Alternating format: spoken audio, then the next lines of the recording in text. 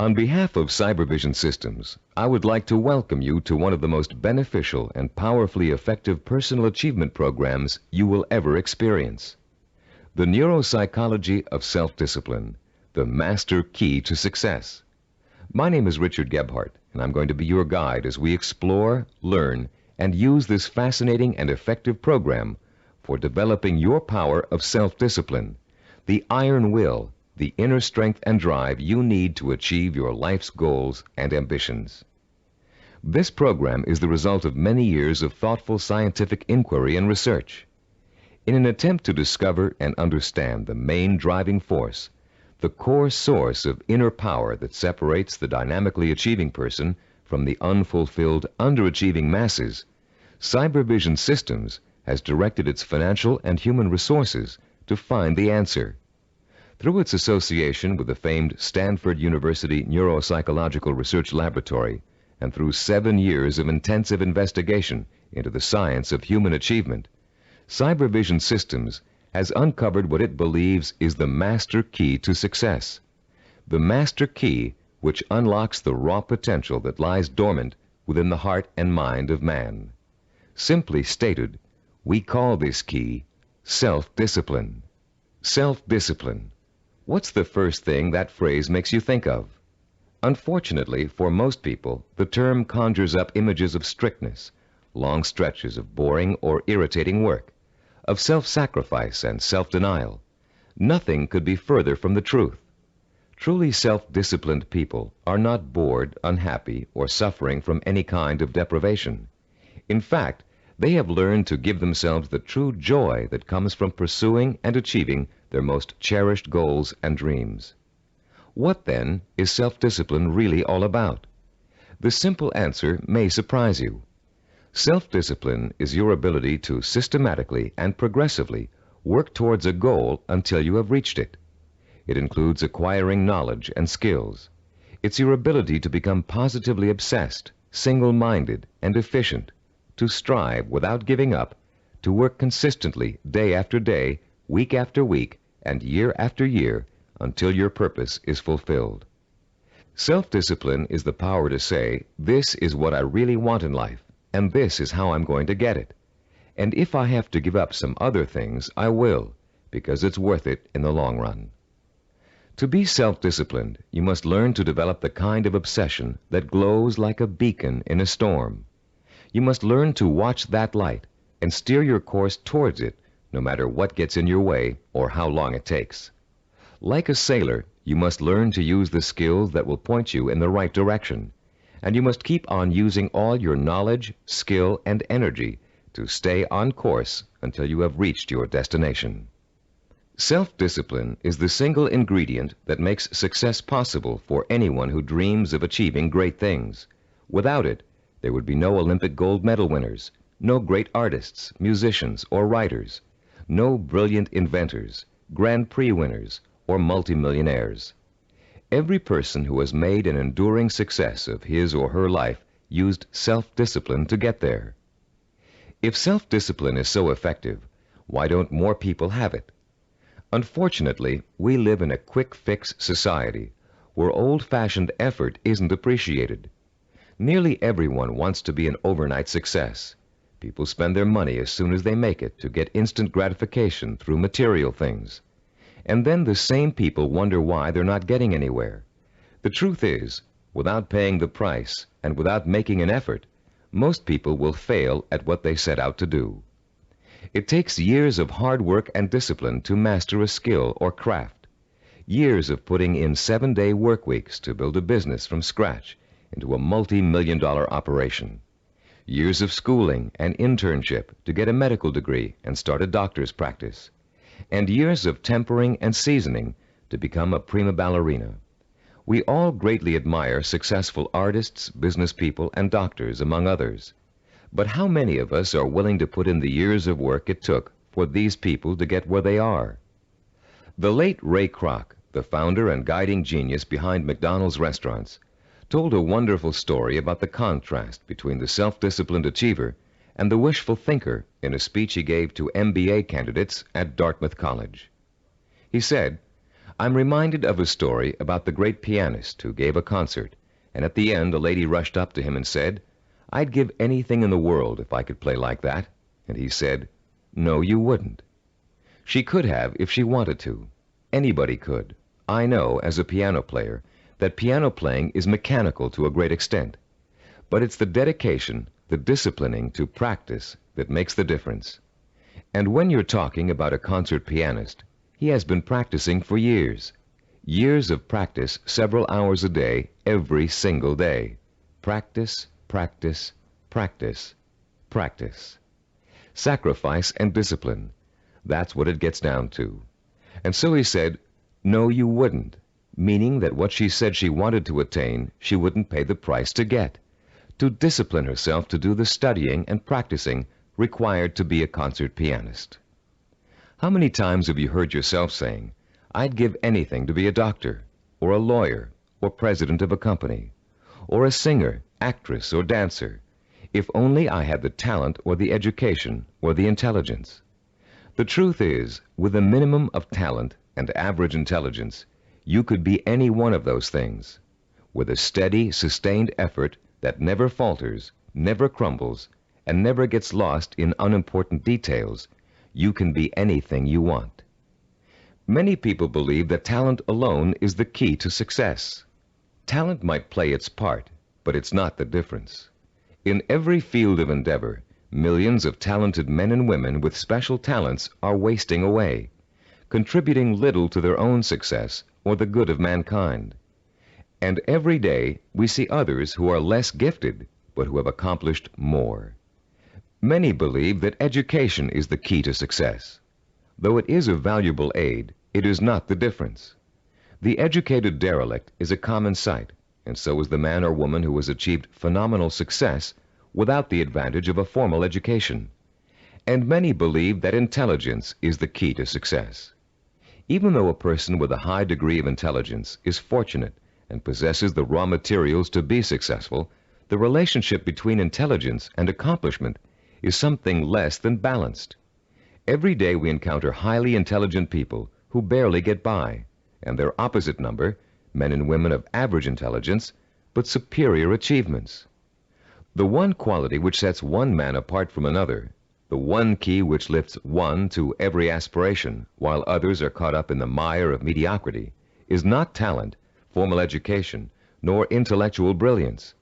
It's self-discipline. With self-discipline, all things are possible. It's the closest thing you could have to a wish-granting fairy godmother. Without self-discipline, even the simplest goal can seem like the impossible dream. In America today, the greatest cause of failure is the lack of self-discipline. Lacking self-discipline, millions of American dreams turn to ashes. With lofty visions of success, many people don't know that it takes more than wishful thinking, shortcuts, gimmicks, and get-rich-quick schemes to achieve excellence. Somehow, most people have lost sight of the age-old truth that anything worthwhile achieving takes time, organized, persistent effort, and more time. As you look around you, you'll see the many obvious fruits of the undisciplined mind: poverty, unhappiness, and drugs, the social cancer of a quick-fix society. But it is the not-so-obvious, more subtle effects of the lack of self-discipline that we address here, the raw power and potential of talented and intelligent people that lies dormant, unchanneled, and wasted, untapped and unfocused because of the inability of these people to commit and mobilize themselves to a course of consistent action. The lack of self-discipline is the #1 killer of achievement in America. Successful people have one thing in common. They set their sights on a goal and work every hour of every day towards reaching it. They learned what they needed to do to reach that goal, and they found a way to do it. If it meant taking on an extra job, they took the job. If it meant going to school at night, they attended evening classes. If it meant working countless hours 7 days a week, they worked the hours. If it meant relocating themselves and their families, they moved. Success consists of self-discipline, and self-discipline consists of doing whatever you have to do for as long as you have to do it to get where you want to be. If you truly want to seek your fortune, You must develop the inner strength to relentlessly pursue your vision day after day, week after week, month after month, year after year, until it becomes a reality. And it will become a reality. Stop and think about all the things you wish you'd accomplished, the things you know you could have accomplished if you'd only had the self-discipline to pursue them. Would you have gotten more education? Practiced and practiced at your favorite sport until you had a chance of becoming a pro? Learned to read and write music and play an instrument? Study engineering so you could design and sell the ideas you're always dreaming up? Actually, there are things you've accomplished through self-discipline way back in your childhood. Just think, how long did it take you to learn how to walk? For how many weeks and months did you struggle to stand upright? How many bruises did you get from falling down? And how many times did you pick yourself up and try again? You learned to walk because, as a toddler, you became obsessed with learning to walk. You were determined to learn, no matter how hard it was at first or how long it was going to take. Every step you took was a small victory, and every time you fell down, it was just an excuse to start all over. Children are naturally self-disciplined because children believe that everything is possible. Children don't say, "I can't do it." Children say, "I want to do it." When you want something badly enough, and when you believe in it strongly enough, self-discipline will get it for you. Self-discipline is the most powerful tool you own for bridging the gap between wishful thinking and real fulfillment. Without it, you can only stare, as author Amy Gross says, like a window shopper at the good things of life, and shrug and move on. You can have those good things by developing the self-discipline to achieve them. What do you want that you're willing to pay the price for? What means so much to you that you'll spend weeks, months, or years pursuing it? Start thinking about your most cherished dream, because with the power of self-discipline, you're finally going to be able to achieve it, and this program will teach you how. The Neuropsychology of Self-Discipline, your master key to success, will show you how to take the raw materials you already possess, your talent, intelligence, strength, and motivation, and turn them into the assets you need to achieve your life's goals. You'll learn how to gain the knowledge and skills that will set you on the path to success, and you'll learn to develop the kind of positive strength it takes to stay on that path until you have reached the very end. You may think it's impossible for you to develop the kind of self-discipline you see others using to achieve success. You may think you're too lazy, too scattered, too quick to give up. And that may be true of the way you're behaving now. But most people aren't self-disciplined because they never had a chance to experience the kind of joy and satisfaction that comes with mastering their own abilities and applying them to the one thing they really want in life. Once you get a taste of how intoxicating, of how free self-discipline feels, you'll be hooked on it for life. The neuropsychology of self-discipline is not the result of pop psychological and faddish theories, nor does it contain simplistic pablum-like success gimmicks found so often in many self-improvement programs. The Neuropsychology of Self-Discipline program incorporates the breakthrough findings of one of the world's most respected brain researchers, Dr. Karl H. Pribram, director of the Stanford University Neuropsychological Research Laboratory, with the practical experience of Cybervision Systems' team of learning experts. Dr. Pribram is one of the most respected and renowned brain and behavioral researchers in the world. Trained as a neurosurgeon, Dr. Pribram has been conducting research into the brain and behavior for over 30 years. His pioneering work and discoveries have led to his being called the father of neuropsychology. Besides his responsibilities at Stanford, Dr. Pribram also serves as the Director of Advanced Research for Cybervision Systems.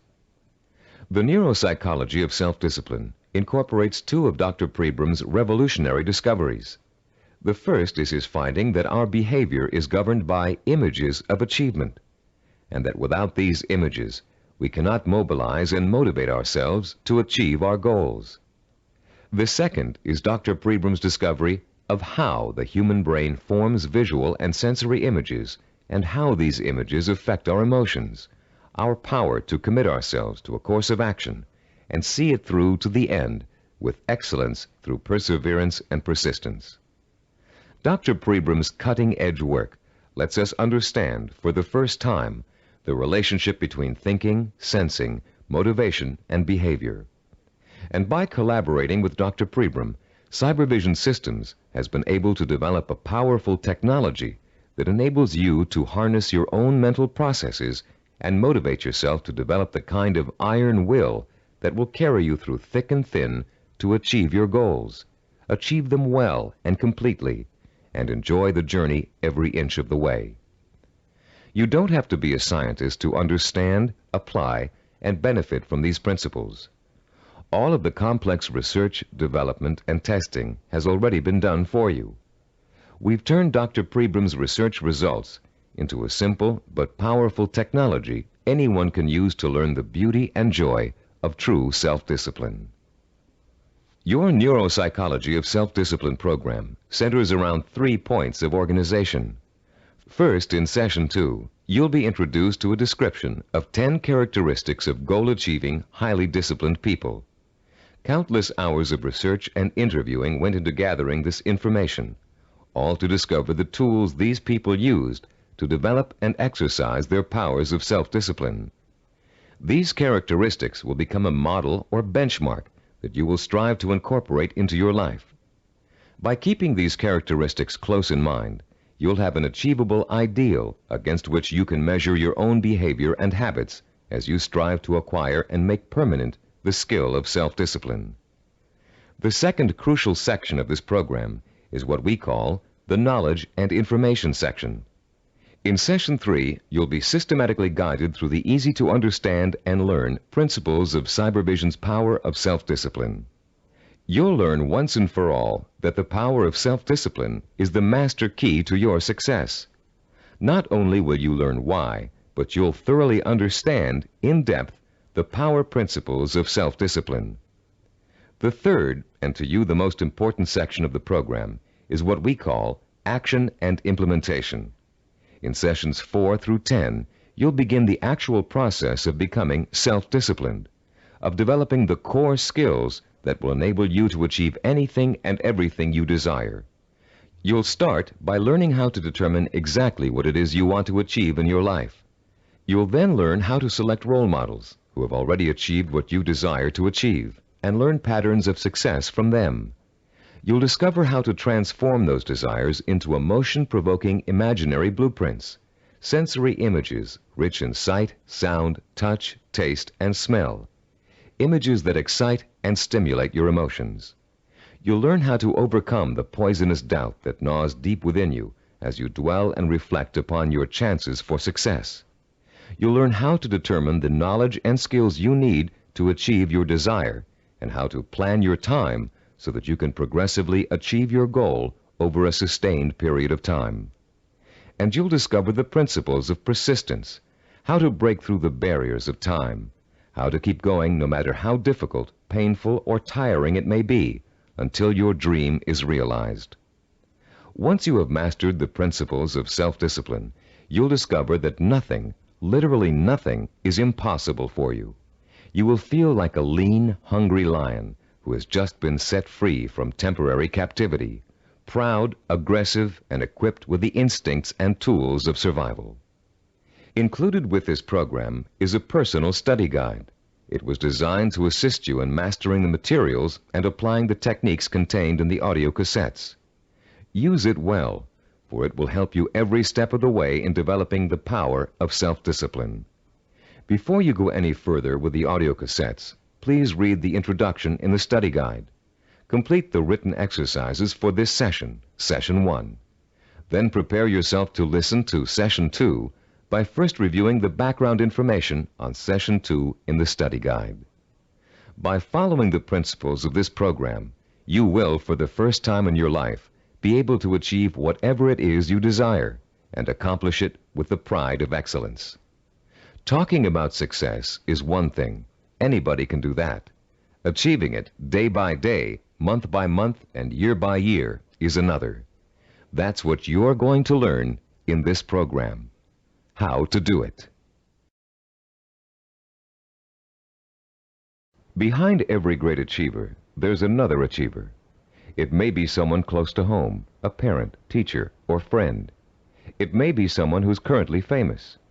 Or it may be a historical or mythological figure. There are probably many young cadets at West Point and Annapolis today who secretly dream of someday repeating the astonishing feats of General George S. Patton, the legendary World War II hero. Yet Patton himself attributed his success on the battlefield to great military leaders of the past. From early childhood, one of his favorites was Alexander the Great, the young Greek ruler who nearly conquered the world over 2,000 years ago. Fascinated by Alexander's repeatedly successful conquests and his dashing personal style, Patton read everything he could about the ancient warrior. Soon he came to know Alexander intimately, his personality, his leadership style, his way of thinking and solving problems, his military strategies. And finally, Patton got to the point where he could think like Alexander the Great, act like Alexander the Great, and get results like Alexander the Great. When he planned his battle strategies, Patton used tactics that followed along the lines of Alexander's greatest military achievements, and they worked. Patton was so successful in battle after battle that the Germans considered him to be the Allies' greatest weapon. Patton had Alexander the Great and his own disciplined personality to thank for his success. But Alexander himself had someone else to thank for his own brilliant military maneuvers. Alexander drew his inspiration from the mythical Greek god Hercules. After studying everything that had been written and that was known about the mythical god of courage and strength, Alexander began to pattern his thinking, personal style, and actions after him. There are countless other examples of the great learning from the great. Baseball champion Babe Ruth was once asked how he developed the hitting style that made people call him the king of the home run hitters. Ruth replied that he had simply studied and copied the greatest hitter of his time, a player called Shoeless Joe Jackson. Most, if not all, great achievers draw their inspiration, their style, and their strategies from role models. How much we eventually achieve in life may well boil down to one simple ingredient: the quality of the models we choose to emulate. All human behavior begins with models. We learn to walk, talk, dress, and feed ourselves by watching our families doing those things every day. But we learn more than simple everyday activities from the people who surround us as we grow up. We also learn how to think and behave by watching the way they do. Some people have excellent role models, successful parents, or a family friend who has achieved far beyond the ordinary. But having a role model is just the first step toward becoming a disciplined achiever. You must use that model, make it a part of your own personality in order to succeed. This program will take you through the entire process, from start to finish. In this session, you're going to start by being given a role model of your own, a model of the disciplined, motivated achiever. You'll learn the 10 dominant characteristics of that model and be able to compare your own behavior to it. And you'll also learn about its opposite, the undisciplined underachiever, and why that person is destined to fail. Years of research have gone into the creation of this model. Cybervision has studied people who have been successful in business, education, science, the arts, and other fields. These people were tested for the possible presence of dozens of characteristics and attitudes. And when all was said and done, Cybervision found 10 qualities that were common to every one of them. Understanding the characteristics of the highly disciplined achiever can be as inspiring to you as Alexander the Great was to George Patton. Together, they will form a living, breathing picture of the type of person who is highly self-disciplined and who gets things done. With this picture in front of you, you'll have a model to pattern your own behavior after, and you'll be able to begin to reshape your life along rewarding, achievement-oriented lines. As you listen to these 10 characteristics, compare your own behavior to each one. The idea isn't to become discouraged because you're not living up to an ideal. Rather, concentrate on rating your strengths and weaknesses so you'll understand from the beginning what areas you need to work on the most. Recognize that, as a Chinese philosopher once said, the journey of 1,000 miles begins with a single step. You've already taken that first step by acquiring and beginning to use this program. Now, let's discuss the 10 characteristics common among highly disciplined achievers. The first characteristic of a self-disciplined achiever is a strong, well-defined sense of purpose. The self-disciplined person knows precisely what he or she wants and will go for it, even if it means sacrificing other things in life to get it. Take Norwegian explorer Roald Amundsen, for example. In 1887, when he was a boy of 15, Amundsen read the story of Arctic explorer Sir John Franklin. He was so inspired by Franklin's adventures that he secretly resolved to dedicate his life to polar exploration. And since no man had yet physically found the South Pole, Amundsen set his sights on being the first. His mother had other ideas. She wanted her son to be a doctor and insisted that he attend medical school. At first, Amundsen gave in, but then, unhappy and frustrated, he quit school, joined an exploration party, and went to sea. Amundsen spent years apprenticing in the treacherous Antarctic. It was hard physical work, and there was a lot to learn. He studied nautical techniques until he became a master sailor, and then he began to organize his own expeditions. 24 years after Amundsen chose his goal, he succeeded in achieving it. In 1911, he became the first man to find the South Pole. Contrast Amundsen's single-minded pursuit with the profile of a person who isn't sure what he or she wants to accomplish. The purposelessness personality drifts through life uncertainly, always searching, never finding. This is the type of person who changes jobs, leaves relationships, and starts projects but never finishes them. It's someone who never stays with anything long enough to become successful at it. People today are becoming more and more afraid of commitments. They're afraid of committing themselves to one career. They're afraid of committing themselves to one relationship. They're even afraid to commit themselves to staying in one place for very long. They talk about leaving their options open. Ironically, these people are very much committed to failure, because without a sense of purpose, they can't apply themselves to any one thing, and without applying themselves, they can never succeed. Look around you, and you'll see 40-year-olds and 50-year-olds who are still jumping from job to job, from relationship to relationship, always searching for an answer somewhere. They'll never find it. The second characteristic of the self-disciplined person is that he or she seeks out and uses positive role models, often called mentors. Patton found and learned from Alexander the Great. Roald Amundsen got his inspiration from Sir John Franklin. To be self-disciplined, you must find a mentor who can inspire you with his or her own example of discipline. This person will instill you with a sense of real possibility, the belief that if he can do it, so can I. The person who has no self-discipline tends to identify with and tries to emulate people whose values are quick fix. The undisciplined think success can be achieved through gimmicks, luck, or who you know. For this reason, they actually distrust and resent the truly successful. They cannot bring themselves to admit that it takes hard work and consistent effort to reach a lifelong goal. Rather than working to get their own lives in order, these people blame their lack of success on bad breaks. They will always have bad breaks until they give themselves a break. The third quality that distinguishes the self-disciplined person is the strength of his or her imagination. Self-disciplined people use a goal-setting technique called sensory vision. Robert Kennedy's immortal words explain it very well. Kennedy, himself a highly disciplined achiever, said, "Some men see things as they are and ask, why? I see things as they could be and ask, why not?" The key to developing this kind of vision is learning to use your imagination in a clear, creative way. Once you've decided on a goal, you must learn to visualize the outcome with strongly detailed, sensory-rich images. You must learn to clearly imagine the rewards of success through sight, sound, touch, taste, and smell. The French have an expression, déjà vu, which means already seen.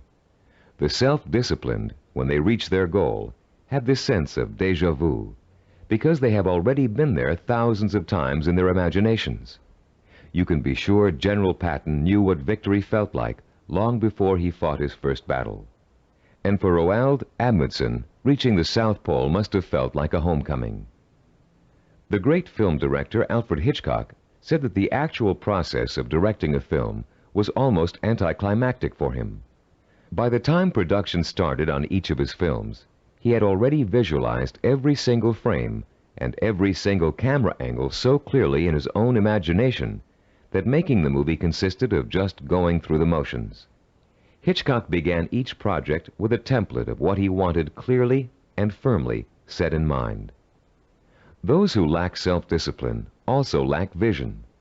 They have only the vaguest images of goals they might, maybe, someday want to achieve. These people are quite capable of creating sensory-rich visions, but unfortunately, they tend to apply those visions to scenarios of failure rather than success. The fourth quality exhibited by the self-disciplined individual is what we call a positive sensory orientation. Achievers dwell on their own past accomplishments as proof of their ability to succeed. They won't admit to failure. In fact, it can truly be said that they don't know the meaning of the word failure. If things don't first turn out as planned, they just chalk it up to experience and keep on working toward their goal. Self-disciplined people are so eager to learn that they feel every bit of life experience just brings them closer to achieving success. They're not afraid to try new approaches if old ones don't work anymore. They never lose sight of their goal, but they're open to more than one way of achieving it. And this kind of positive attitude ensures that they will. Those who lack self-discipline waste precious time and energy dwelling upon past failures. Through a vicious cycle of negative reinforcement, they use those perceived failures as an excuse not to try again in the future. They develop a fear of failure, a fear of making the effort, and failure generates failure. If you're convinced you can't do something, you won't be able to do it. The characteristics we've discussed so far all add up to a quality called self-assurance. The self-disciplined have a strong gut-level belief in themselves and their ability to succeed that is truly unshakable. Deep down in their hearts, they know they can do it, and no one can convince them otherwise. When Christopher Columbus set out to find a new route to the West Indies, Europeans thought he was crazy. The world is flat, they told him. If you sail west, you'll fall off the edge and be devoured by monsters. But Columbus believed the world was round, and he stubbornly applied to every monarch in Europe until he found one who would finance his voyage to what turned out to be the New World. The disciplined achiever is fueled by self-confidence, but the undisciplined are hampered by self-doubt.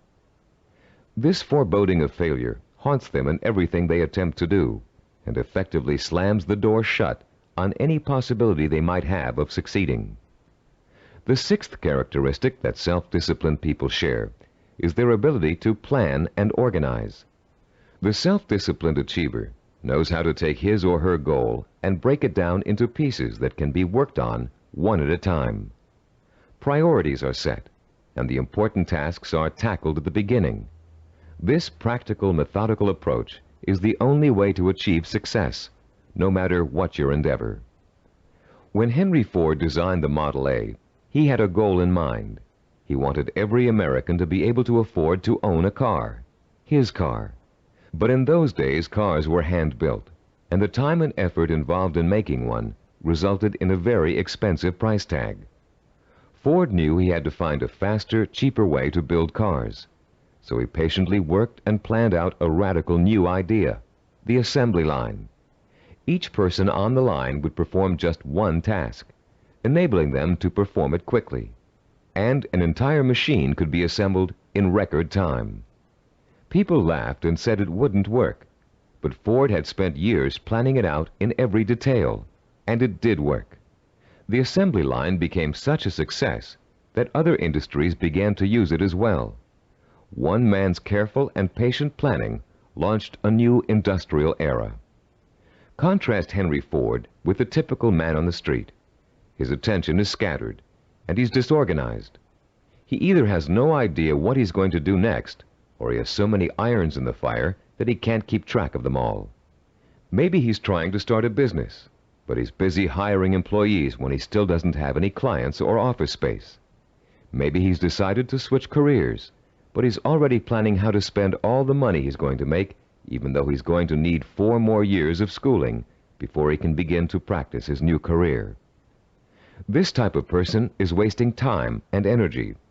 Without a detailed game plan, and without following that plan as closely as possible until you reach your goal, you can spend your life floundering among half-started projects and missed opportunities for success.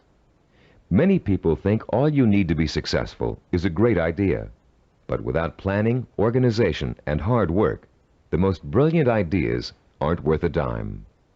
Which brings us to the 7th characteristic common to self-disciplined achievers: their ability to acquire the essential knowledge and skills they need to put their game plan to work. Achievers recognize how important it is to learn, and they're willing to make the necessary sacrifices to complete their own personal education. Sometimes this means going back to school. Sometimes it means spending weeks or months gathering information on a particular subject and talking to the kinds of people who can help. Sometimes it means taking a new type of job just to acquire certain skills. What it always means is a commitment to learning what must be learned in order to make a goal achievable. If you want to become a doctor, you must first study pre-med, then go to medical school, and then complete your internship before you can set up a practice. Anyone who thinks he can become a physician without doing all of those things is just dreaming. If you want to run your own business, there are ways of approaching your business education. You can go to graduate school and get an MBA. You can work for someone else in the type of business you want to start and get hands-on experience before going off on your own. You can find a partner who knows how to run a business and take on less responsibility in the beginning, watching what your partner does and learning the essentials. Those without self-discipline are always looking for shortcuts. They take weekend courses and think they're highly qualified for a new profession. They listen to one person's advice and think they've heard it all.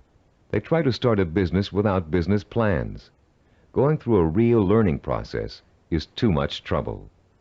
Why is it so much trouble? Because the undisciplined person lacks patience, the 8th quality on our list of self-disciplined characteristics. The kinds of patience Christopher Columbus and Henry Ford exhibited. The kind of patience engineer Washington Augustus Roebling demonstrated in finishing the building of the famous Brooklyn Bridge. Roebling's father, John Augustus, was the brilliant engineer who designed the Brooklyn Bridge and began overseeing the building of it in 1869. It was going to be the first steel suspension bridge in the world, a feat of engineering for its time. But the project had hardly begun when the elder Roebling suffered a fatal accident, and someone had to carry on. That someone turned out to be his son. Washington Augustus Roebling took over where his father left off. But just 3 years later, he contracted Caisson's disease from spending so much time underground. The illness left him almost completely paralyzed, in great pain, and confined to a wheelchair for life. Some people would have given up the project under those conditions, but Washington Augustus didn't. Instead, he moved to an apartment in Brooklyn Heights that overlooked the bridge, and he sat all day at the window, watching the work as it progressed and supervising it from his living room. Messengers ran back and forth, conveying his instructions to the workers on the bridge. Washington Augustus worked this way for 11 years, until the bridge was opened in 1883. Obviously, the younger Roebling's patience paid off, mostly because he, like other self-disciplined achievers, was not intimidated by time. Roebling would have sat at that window without complaint for 20, 30 years or more in order to finish his project. It meant that much to him. Later in this program, we'll explore further the special relationship between the highly self-disciplined and time. For now, we'd like to point out that time becomes immaterial to those immersed in pursuing a goal. Hours pass as if they were minutes, weeks as if they were days, years as if they were months. The self-disciplined do not worry about time. They also see time as a tool. Accomplishment takes time. and people who wish to achieve have all the time in the world. Because every moment they're working towards their goal, they know they are coming 1 minute closer to reaching it. And for the self-disciplined, getting there is at least half the fun. The undisciplined view time as an enemy, something to beat. You'll hear them say, "I want it all now. I can't wait." Unfortunately, these people don't realize that time is going to pass anyway, and if they're not working toward their goal, they're only wasting the time they feel is so precious. The self-disciplined are persistent. This is the 9th quality that contributes to their success. They have what it takes to stick to their vision through thick and thin, day in and day out. They don't give up in spite of rejection, hardship, setbacks, or other people's opinions. They are relentless in their pursuit of their own dreams and goals. The self-disciplined are actually very stubborn. They succeed against all odds. When they get discouraged, they draw new inspiration and motivation from their sensory-rich visions of success. And that's enough to fuel their emotional drive to keep on making the effort. Ellie Hawkins, a mountain climber, is a good example of someone who just wouldn't give up even when the odds turned against her. She set out to climb a particularly difficult face of Yosemite's treacherous El Capitan. Ellie undertook this climb to prove that dyslexia, a learning disorder from which she suffers, can be beaten. In the middle of the climb, Ellie slipped and suffered a rope burn on her left hand that was so bad she almost lost complete use of the hand. She could have stopped there, but she didn't. What started out to be a 6-day climb turned into a torturous 8-day ordeal as Ellie worked with one hand, holding her wounded arm above her head to lessen the pain. Ellie reached the top and immediately announced plans to tackle another very difficult climb. No one doubts that she'll do it, because she has the hallmark of a disciplined achiever. The undisciplined are easy quitters. They give up when the going gets rough. They're more interested in having a good time than in working. Even worse, they find it impossible to have a good time when they are working. This brings us to the 10th and last characteristic of the self-disciplined achiever, the ability to experience pleasure while working to achieve his or her vision. These people are excited by their goals and become easily engrossed in the work it takes to get there. They're interested in learning, they enjoy acquiring new skills, and they have a good time while they're pursuing their ambitions. To the highly disciplined, there's no such thing as work. Their work becomes their life and their main source of pleasure. When they become successful, you often hear them say, "I can't believe I'm getting rich doing this. It's so much fun." And most of them would keep doing what they're doing, even if they weren't making money at it. To the undisciplined, work is the stressful, painful, boring part of life that must be tolerated between periods of pleasure. These are the people who live for the weekend, who are willing to work only because it gives them the disposable income they can spend on fun. And these are also the people who don't want to put in overtime or take work home unless they're being paid extra for it. If taking on more work will only get them a promotion or a crack at a better job, they won't do it.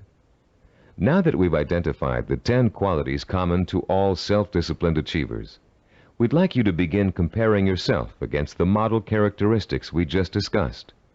This self-assessment will give you a good idea of your own strengths and weaknesses. After you've finished listening to this session, turn to page 11 of your study guide and follow the instructions for using the personal assessment form you'll find there. Let's summarize the characteristics of self-disciplined achievers. First, they have a strong, well-defined sense of purpose. They know what they want. Second, they seek out positive role models for inspiration and learning. Third, they use sensory-rich visions and a vivid imagination to set the stage for their own achievement. Fourth, they have a positive sensory orientation. They expect to succeed rather than fail. Fifth, they have a deep-rooted belief in their ability to achieve. They are immeasurably self-assured. Sixth, they have the ability to plan and organize. They can break down what they want to achieve into manageable steps and set priorities that let them accomplish the most important things first. Seventh, They know how and when to acquire essential knowledge and skills. They're not intimidated by the thought of having to learn something new. Eighth, they have patience. The passing of time doesn't bother them. They'll keep working toward their goal for as long as it takes. Ninth, they persevere. They're stubborn, and they don't give up, even when the going gets rough. 10th, they view work as pleasure, because work is bringing them closer and closer to the realization of the goal that will be their final reward. Turn off the tape now and score yourself on the personal assessment form. When you're done, turn the tape back on.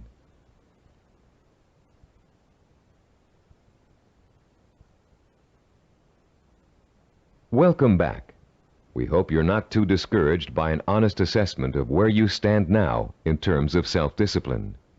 Remember, you've already taken the first steps toward making a positive change in your life, and you will experience that change by the time you've finished this program. Nothing will be impossible for you once you develop and harness this inspiring and enduring power of self-discipline. And, as you'll soon find out, self-discipline is not so difficult to develop as you might think. As a matter of fact, using this program is going to be your first exercise in acquiring it. Already, you're on your way. In the next session, we'll explore the power behind the characteristics we've just discussed.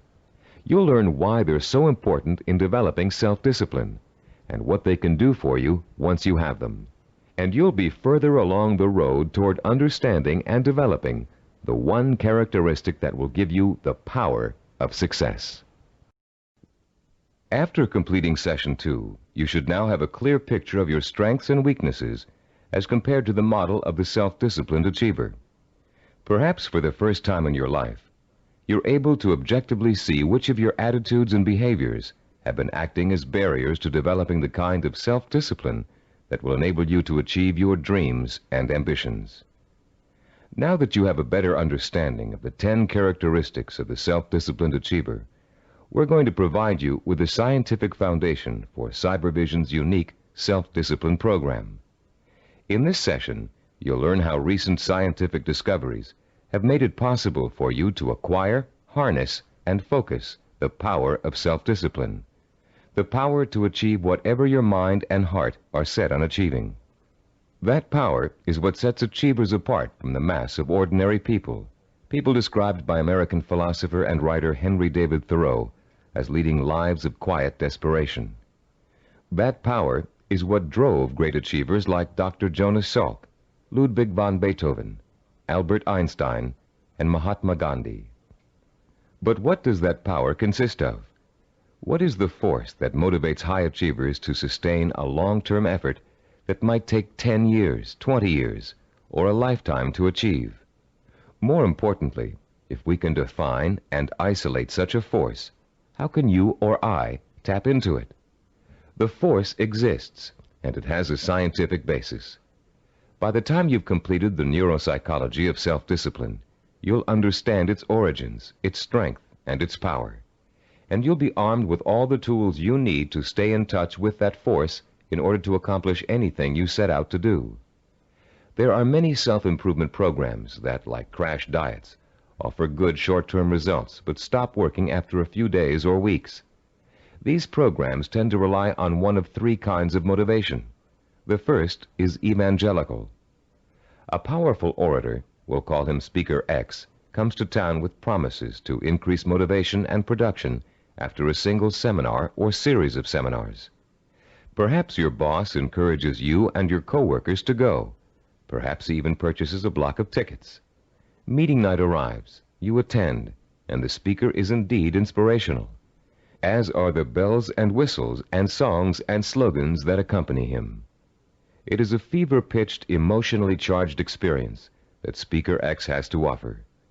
As he exhorts you to live up to your enormous potential, to work harder, better, and more enthusiastically, to use your talents, to use your mind, you feel power welling up inside you, and the people around you are feeling the same kind of power inside them. Yes, you're all saying, we can be more productive, we can have a better attitude, we can get ahead if we want to. The very air becomes charged with mass enthusiasm. The next day, you're at your desk a half hour early, and you work a half hour past normal quitting time. The same thing happens the day after. You start planning new ways to accomplish your work more effectively. You're feeling happier about the work you're doing. And for the next few weeks, it looks like you're getting more work done in less time than you ever have before. But soon, your enthusiasm begins to fade, and your pace starts to slow down. Even if you have the audio tapes of the speech, it's hard to recapture and sustain the original emotion you felt in the presence of an inspired speaker. And of course, you no longer have the kind of group excitement and energy you experienced the first time around. You're getting tired and bored. Your boss sees productivity fall after an artificial peak, and sure enough, when the next motivational speaker comes through town, we'll call him Speaker Y, there's the boss with another block of tickets in hand. This evangelical form of motivation may get short-term results, but it creates an unhealthy dependence on external hype. It's like a drug addiction. You need more and more of an artificial stimulant to reach the same level of false well-being. When you get your shot of motivation, you become enthusiastic and energetic. When the shot wears off, you get sluggish and lethargic. The same problem exists with the second major motivational tool that most self-improvement programs rely on: external rewards, like money, prizes, bonuses for reaching quotas. These are essentially pats on the head from the boss, often desirable pats, but still pats on the head, signals that you've pleased someone else. This method works very well on children. Unfortunately, it tends to create a childlike dependence on outside rewards, even in adults. Like evangelical speakers, this carrot-and-stick approach produces only short-term results. External rewards do not increase individual commitment, and most people tend to adapt to them quickly, soon expecting bonuses as a matter of course, and not because they performed above and beyond the call of duty. Rewards are manipulative. People who give them out are always asking themselves, how can I motivate my staff? The truth is, to be truly effective in the long term, motivation must come from within. The third classic motivational tool is a familiar one: fear. Humorists Carl Reiner and Mel Brooks created a comedy album in the early 60s in which Reiner, as a journalist, interviews Brooks, who plays a 2,000-year-old man. Eager to know about life in the distant past, Reiner asks Brooks, what was the major form of transportation in those days? Brooks replies, fear. Fear transported you. Reiner is puzzled. Fear, he asks.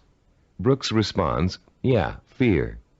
You see, an animal would growl, and you would go 2 miles in a minute. It's true, fear is a great motivator.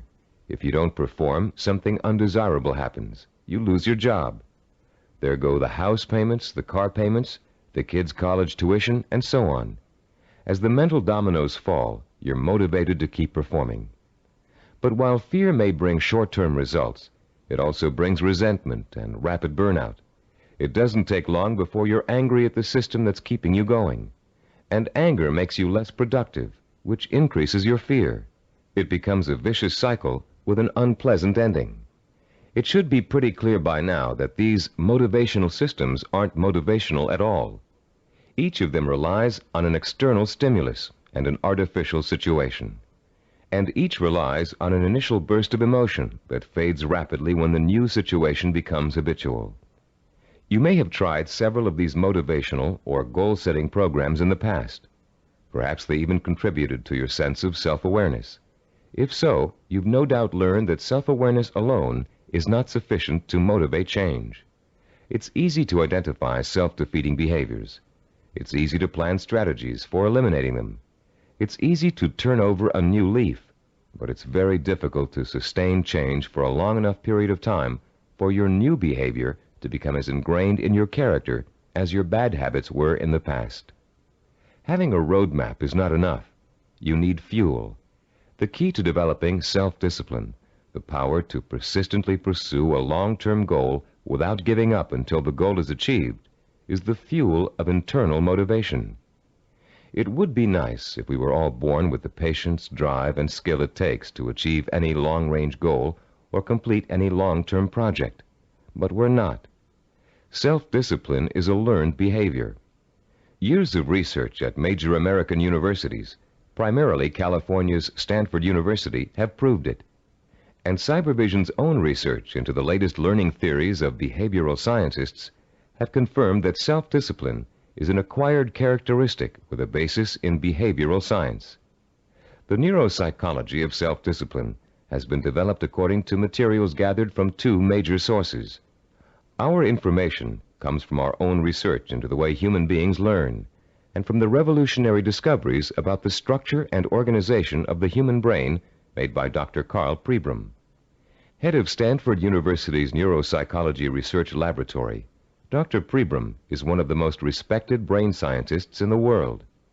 Trained as a neurosurgeon, his research into brain function led to a deep interest in the behavioral sciences.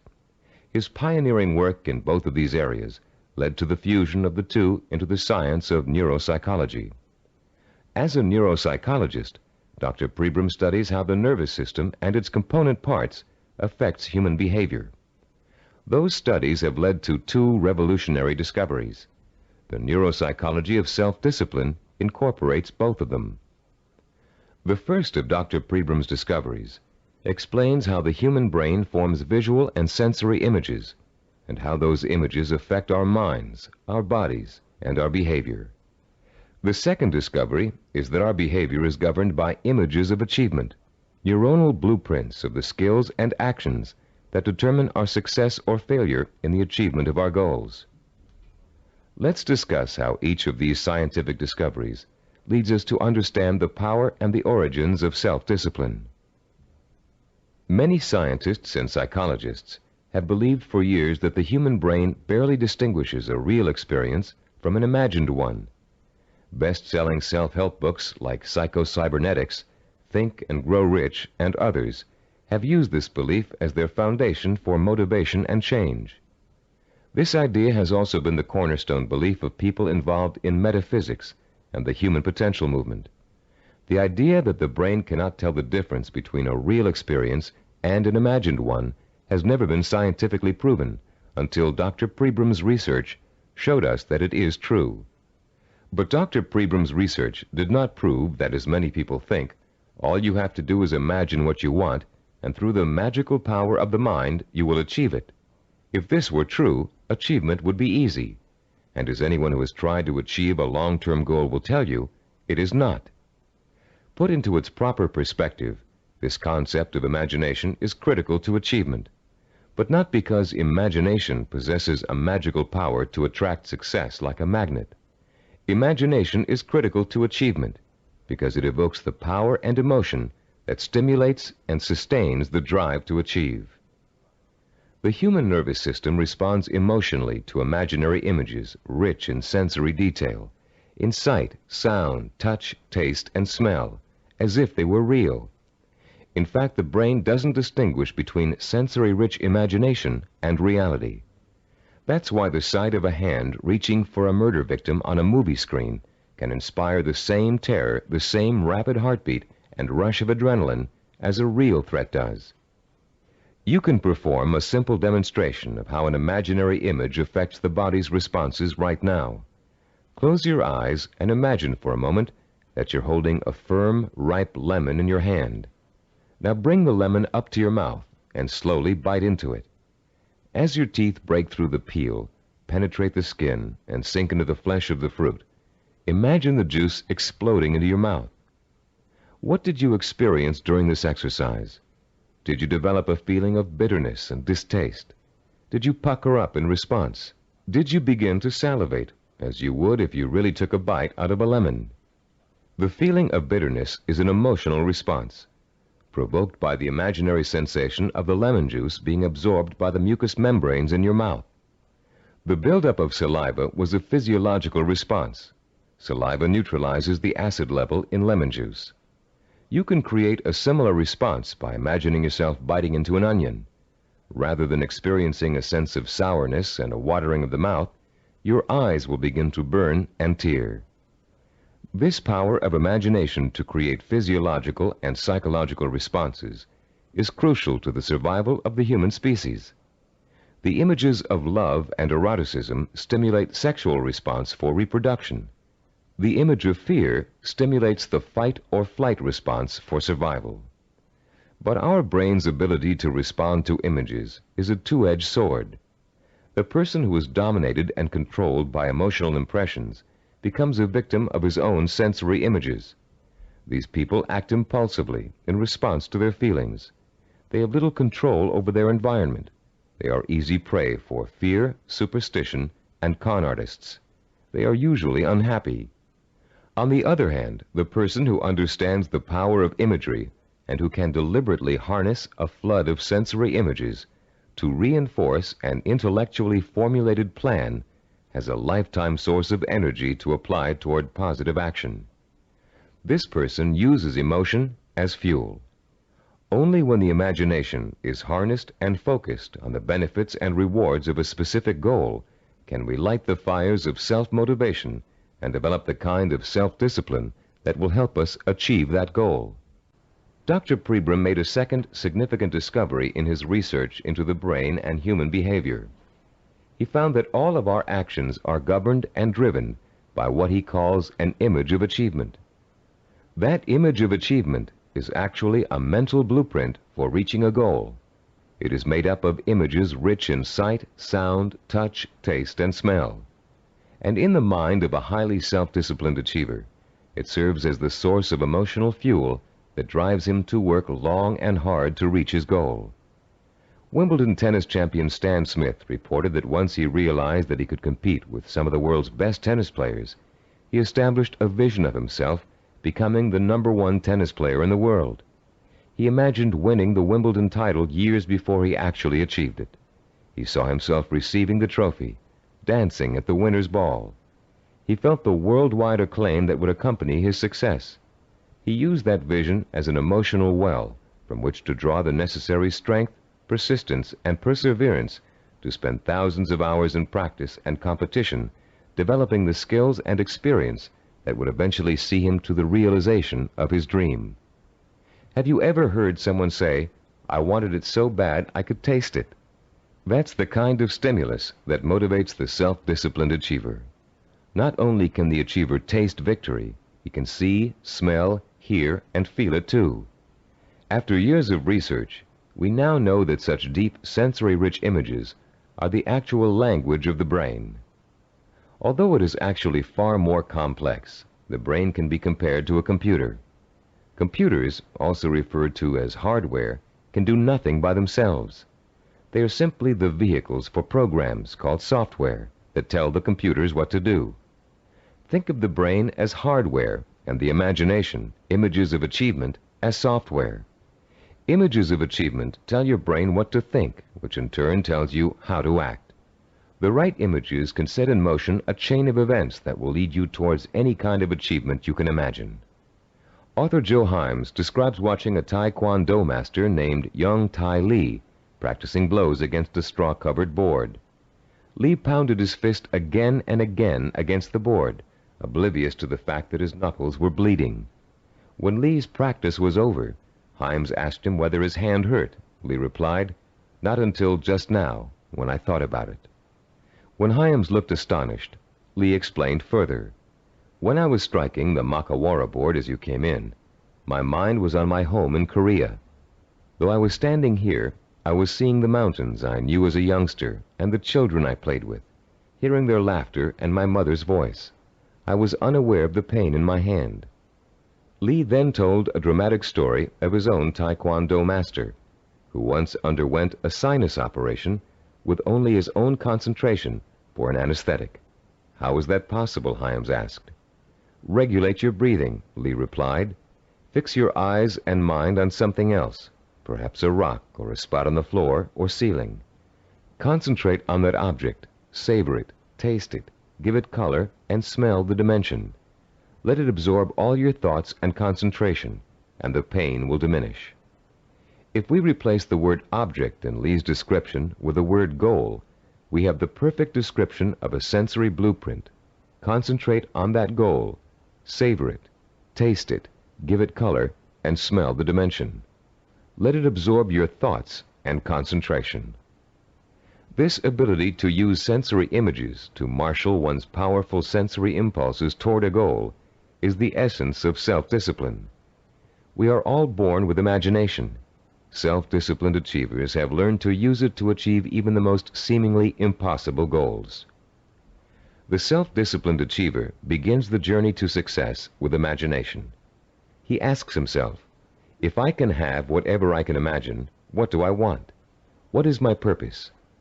When he has defined that purpose, he uses his imagination to create a vision of achievement, a sensory-rich image that will evoke an emotional response so strong that he is driven to action to bring his vision to life. And when he has achieved that goal, he uses his vision to create new goals, for the self-disciplined achiever never stops. He has learned such a powerful method for becoming successful that the pleasure of succeeding has for him become life itself. The self-disciplined achiever also uses imagination to change his goal whenever necessary. As images evoke emotion, and emotion propels him to act, he gets closer and closer to his goal. And the closer he gets, the more his reality changes. When it changes in such a way as to make his original goal either impossible or undesirable, he changes that goal to fit his new reality. The self-disciplined achiever creates a feedback system that ensures that he will never give up and he will ultimately achieve what he wants. This is where most people fall down. They're working towards a goal and suddenly circumstances interfere with that goal. They get sidetracked. Then when they try to get back on course, it doesn't work. Because their original goal does not fit their new reality, they think they have failed and they give up. In the same circumstances, the self-disciplined achiever uses his or her goal visualization as a reality check. If reality suddenly dictates that the original goal won't work, the goal must be altered to fit reality. The achiever has not failed. He or she has set a new course that will lead to success. Take someone who sets out to become an obstetrician. After 4 years of pre-med and 2 years of medical school, our self-disciplined achiever suddenly realizes that she's far more interested in becoming a neurologist. Should she drop out of medical school? Of course not. She'll simply switch her visual blueprint to another field of medicine and change her plans for where she'd like to intern after medical school. She doesn't think of herself as a failed obstetrician. She thinks of herself as a successful neurologist. Or take the businessman who wants to open up a retail store in his neighborhood. During the knowledge-gathering process of talking to other business owners, discussing loans and insurance with bank officers, and looking into buying franchises, he discovers that a retail operation won't really fit his particular talents or expectations. Instead, he realizes he's a perfect candidate for starting a direct marketing company. So he changes his vision and his direction to fit his new goal. For these people, the fire still burns, but the trial and error process of working towards their goal has led them in directions they wouldn't originally have thought to go in, and they will be successful because they're flexible enough to grow and change as their goals grow and change. The relationship between vision, self-motivation, and achievement can be condensed into an easy-to-understand 7-step formula for developing self-discipline. As we explain that formula, you can refer to your study guide and follow along as we talk about the 7 keys to self-discipline outlined in diagram 3.1. The first step in developing the power of self-discipline is to create a purpose. You must define a cause to which you can wholeheartedly commit your time, resources, and energy. This cause points you in a direction. It gives you a reason for making the effort. It lights a small spark inside you that will soon begin to burn with emotion and drive. The second step is to find role models who have already achieved what you want to achieve. Study their life patterns, their methods and techniques for reaching their goals. Let their example inspire you, and realize that they are normal people just like you, but they are self-disciplined people. With the power of self-discipline, you can achieve as much as they have. With a firm purpose in mind and an exciting sense of possibility sparked by your role models, you'll find yourself developing a strong-willed emotional belief in your ability to succeed. The first small spark of hope is turning into a glowing ember of possibility. In the third step, you'll translate your feeling of possibility into a sensory-rich vision of success. At this point, with a vision rich in touch, taste, sight, smell, and sound in front of you, you'll make the leap from the possible, I think I can do it, to the heartfelt, I know I can do it. Your vision and your belief will fan the embers of conviction until they burst into a flame of emotion that incites you to action. This all-encompassing flame of emotion is the fourth step of the formula. It is what gives you the energy, the creative power, and the desire to single-mindedly see your vision through to its successful completion. Motion is the root word for emotion. The original meaning of the word emotion is, in fact, a moving, a stirring, an agitation, which is precisely what happens when belief in your goal catches fire. The fifth step in our formula is planning, the first bit of action inspired by your emotion. Through effective planning, you can identify and map out the steps you need to take in order to make your vision a reality. You'll figure out exactly what you need to do to accomplish your goal and how long it will take. And turning your vision into a concrete goal will further fuel the fires of emotion and action. Once your vision has become a plan, you must acquire the knowledge and skills necessary to implement that plan. This is the sixth step in the formula for developing self-discipline.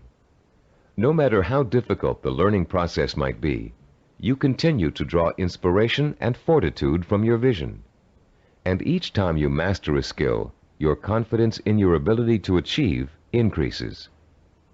The seventh and last step in our formula is what we call persistence and perseverance.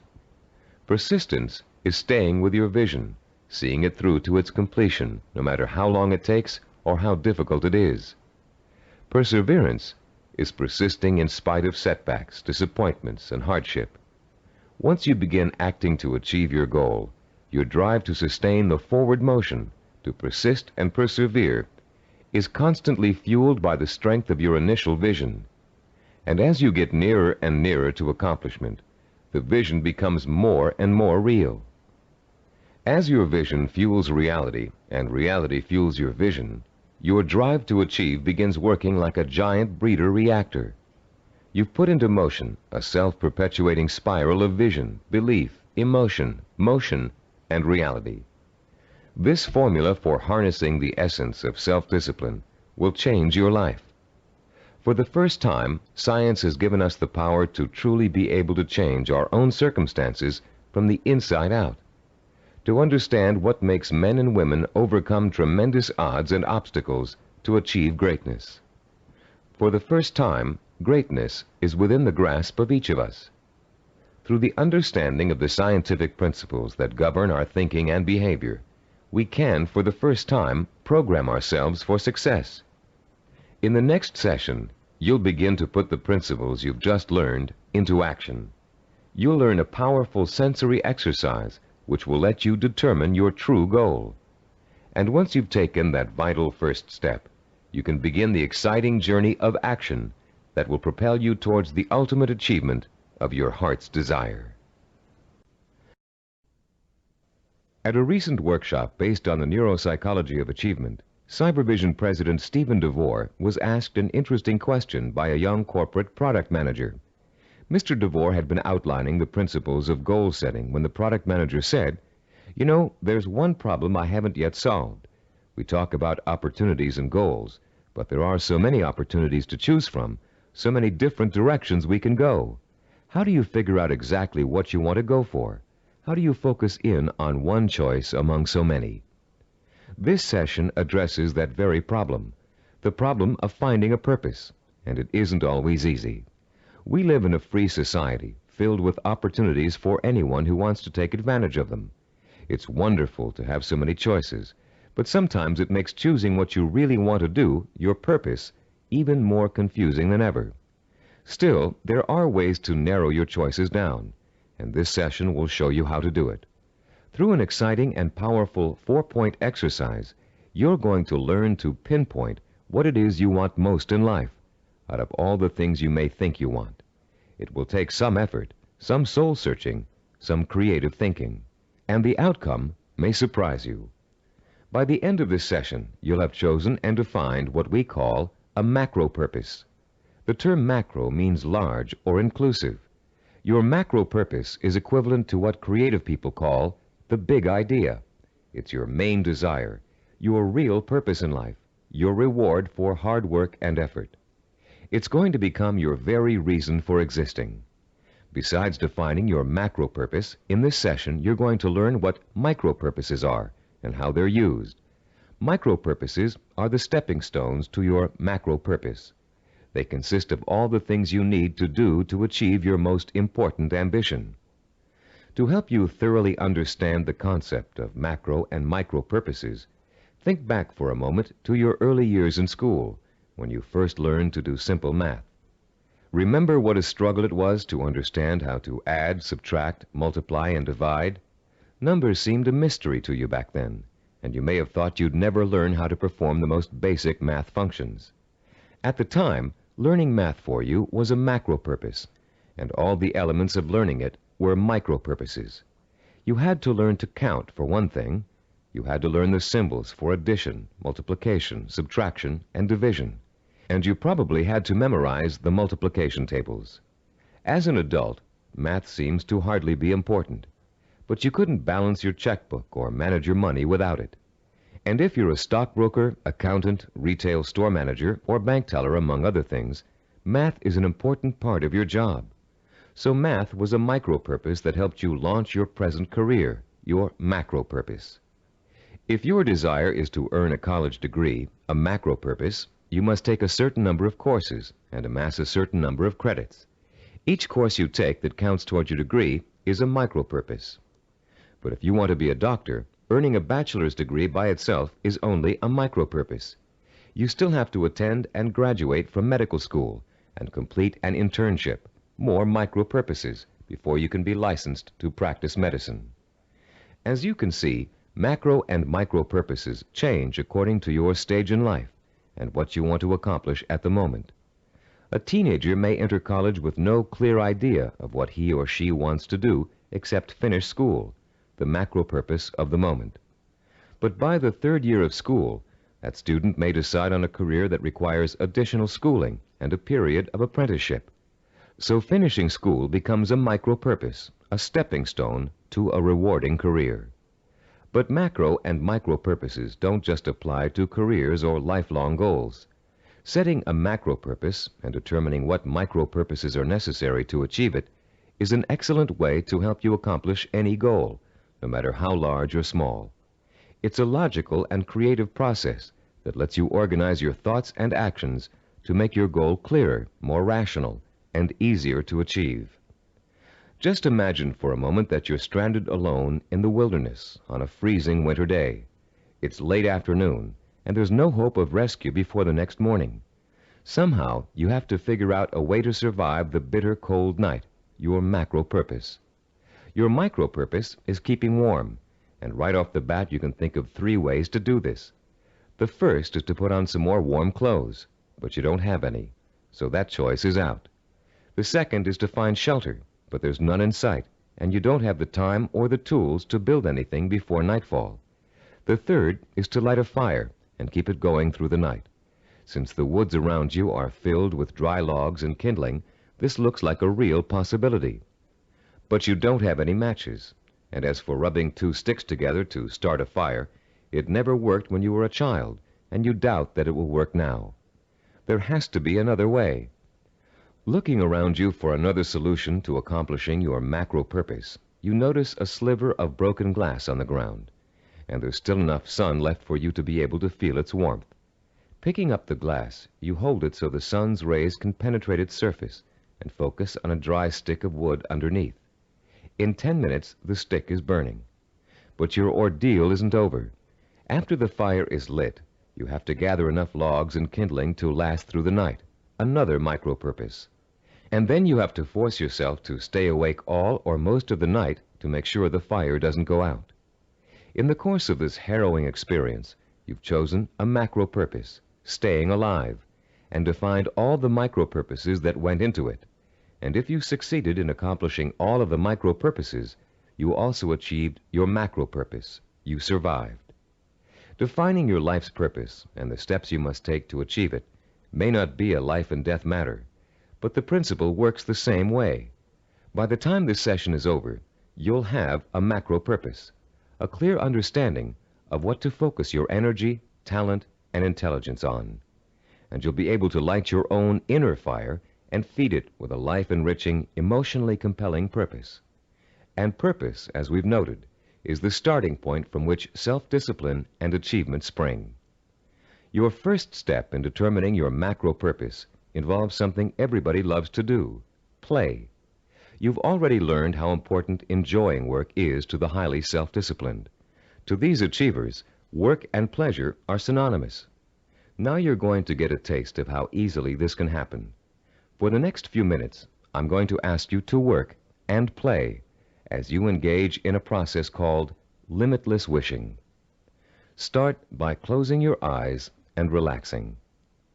Imagine that you're on a beautiful, deserted beach, walking barefoot in the sand. A soft breeze is keeping you cool, and you're enjoying the sound of the waves splashing rhythmically against the shore. As you stroll along the water's edge, you see an object in the near distance that's half buried in the wet sand.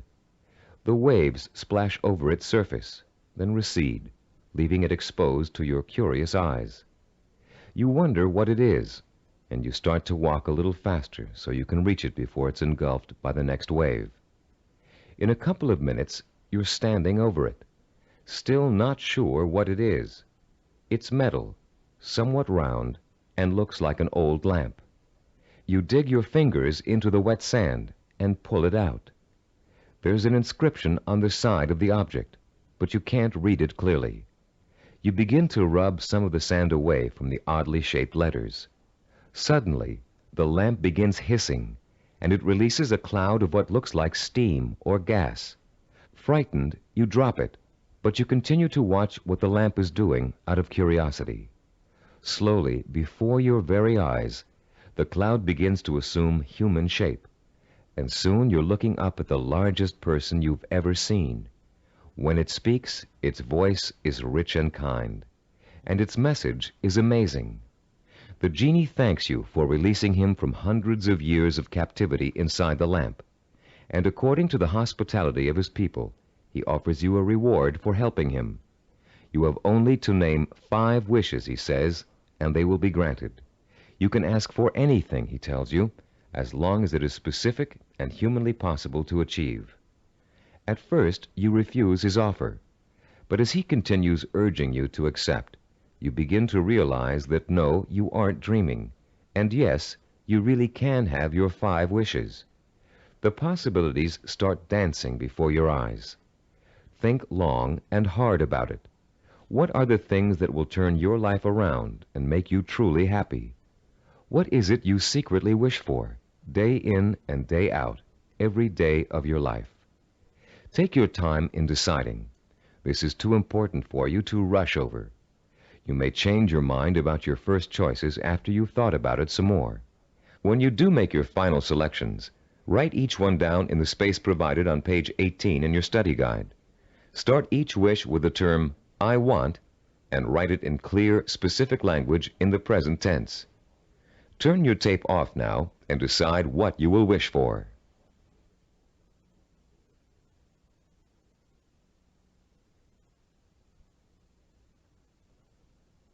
Welcome back. You now have in front of you a list of 5 wishes that your mind and heart told you are the most important things in life to you.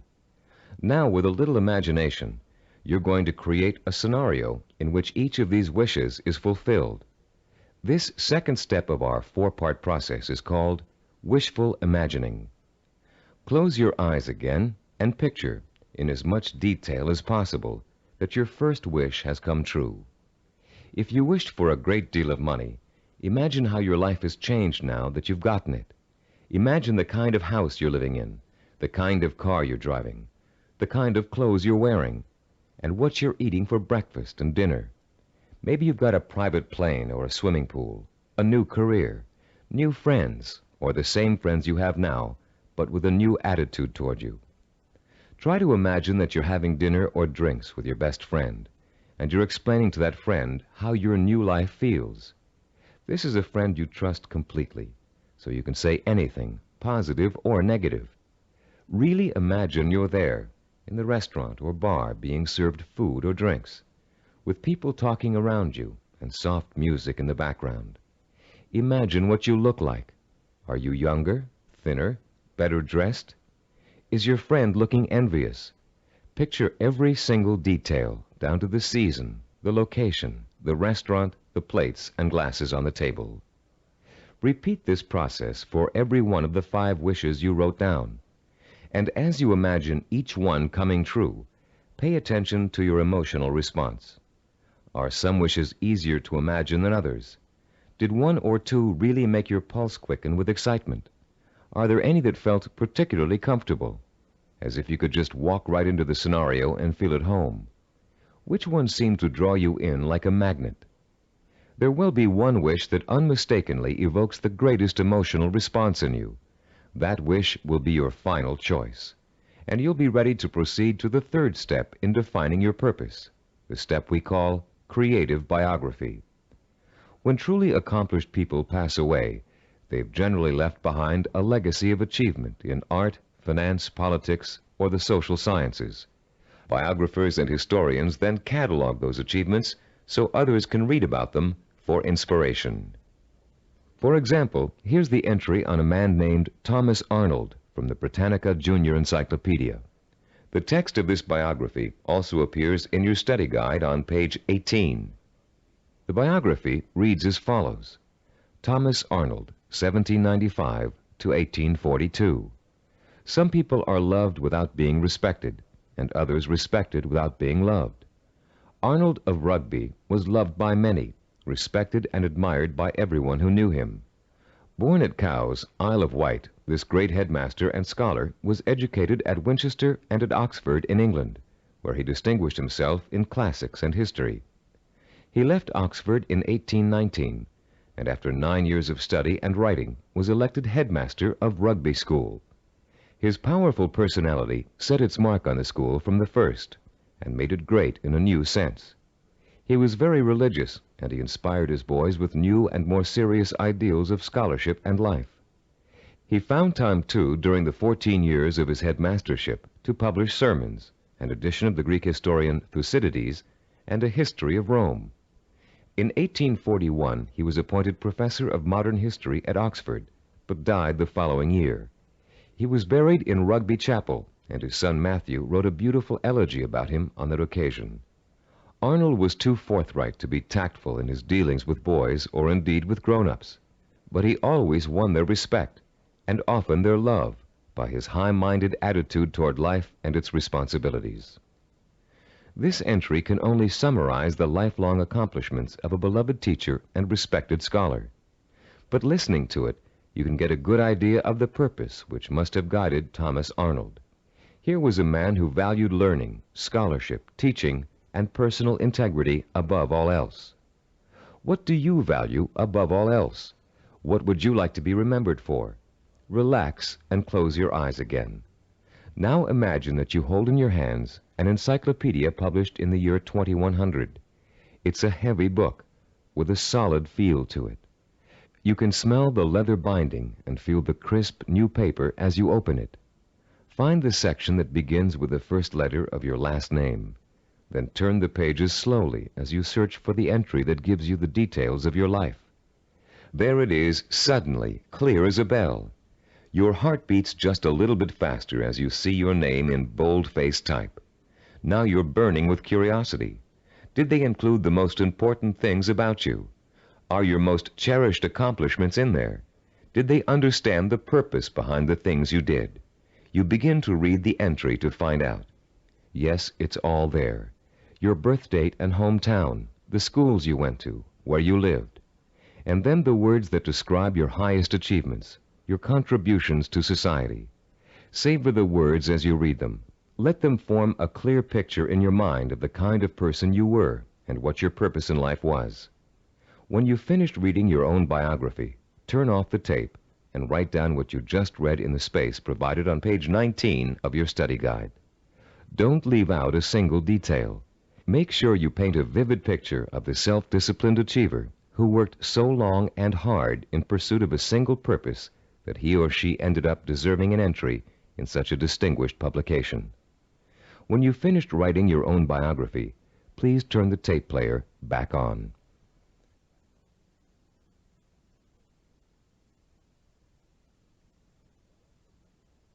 Welcome back. Now that you've completed the limitless wishing, wishful imagining, and creative biography exercises, a clear pattern should be emerging. You should now be able to answer the question, what do I, deep in my heart, really want to do? What is my purpose in life? Your fourth step in determining your purpose is writing this, the answer to that all-important question, down. You're now going to compose a personal statement of purpose. But before you do it for yourself, imagine that you're going to do it for someone else, a famous historical figure, for instance. Try George Washington. What do you think his statement of purpose might say? After all, he accomplished a great deal, not the least of which was becoming the first president of the United States. But George Washington never actually intended to become the first president. He was elected because of the kind of purpose he really had. A purpose statement for George Washington might read, I would like to use all my strength, courage, knowledge, and resources to secure liberty and freedom for all my fellow colonists. George Washington was a great statesman and public servant, but there are other kinds of achievers. Amelia Earhart, for example. Even in childhood, she had a definite purpose in mind. It was not to be a famous woman aviator. That came later, as a natural outcome of what she really wanted to do. Amelia Earhart's purpose statement, composed when she was still a child, said, When I grow up, I'm going to have adventures and show the world that women can be as heroic as well as men. A purpose statement can be as general as you want it to be. It can speak of heroism, freedom, social changes, adventure. It's meant to act as a focusing tool, not an actual blueprint for achieving it. You'll learn how to do that later in this program. Turn to page 20 in your study guide and compose your personal statement of purpose. Turn off the tape now while you do it.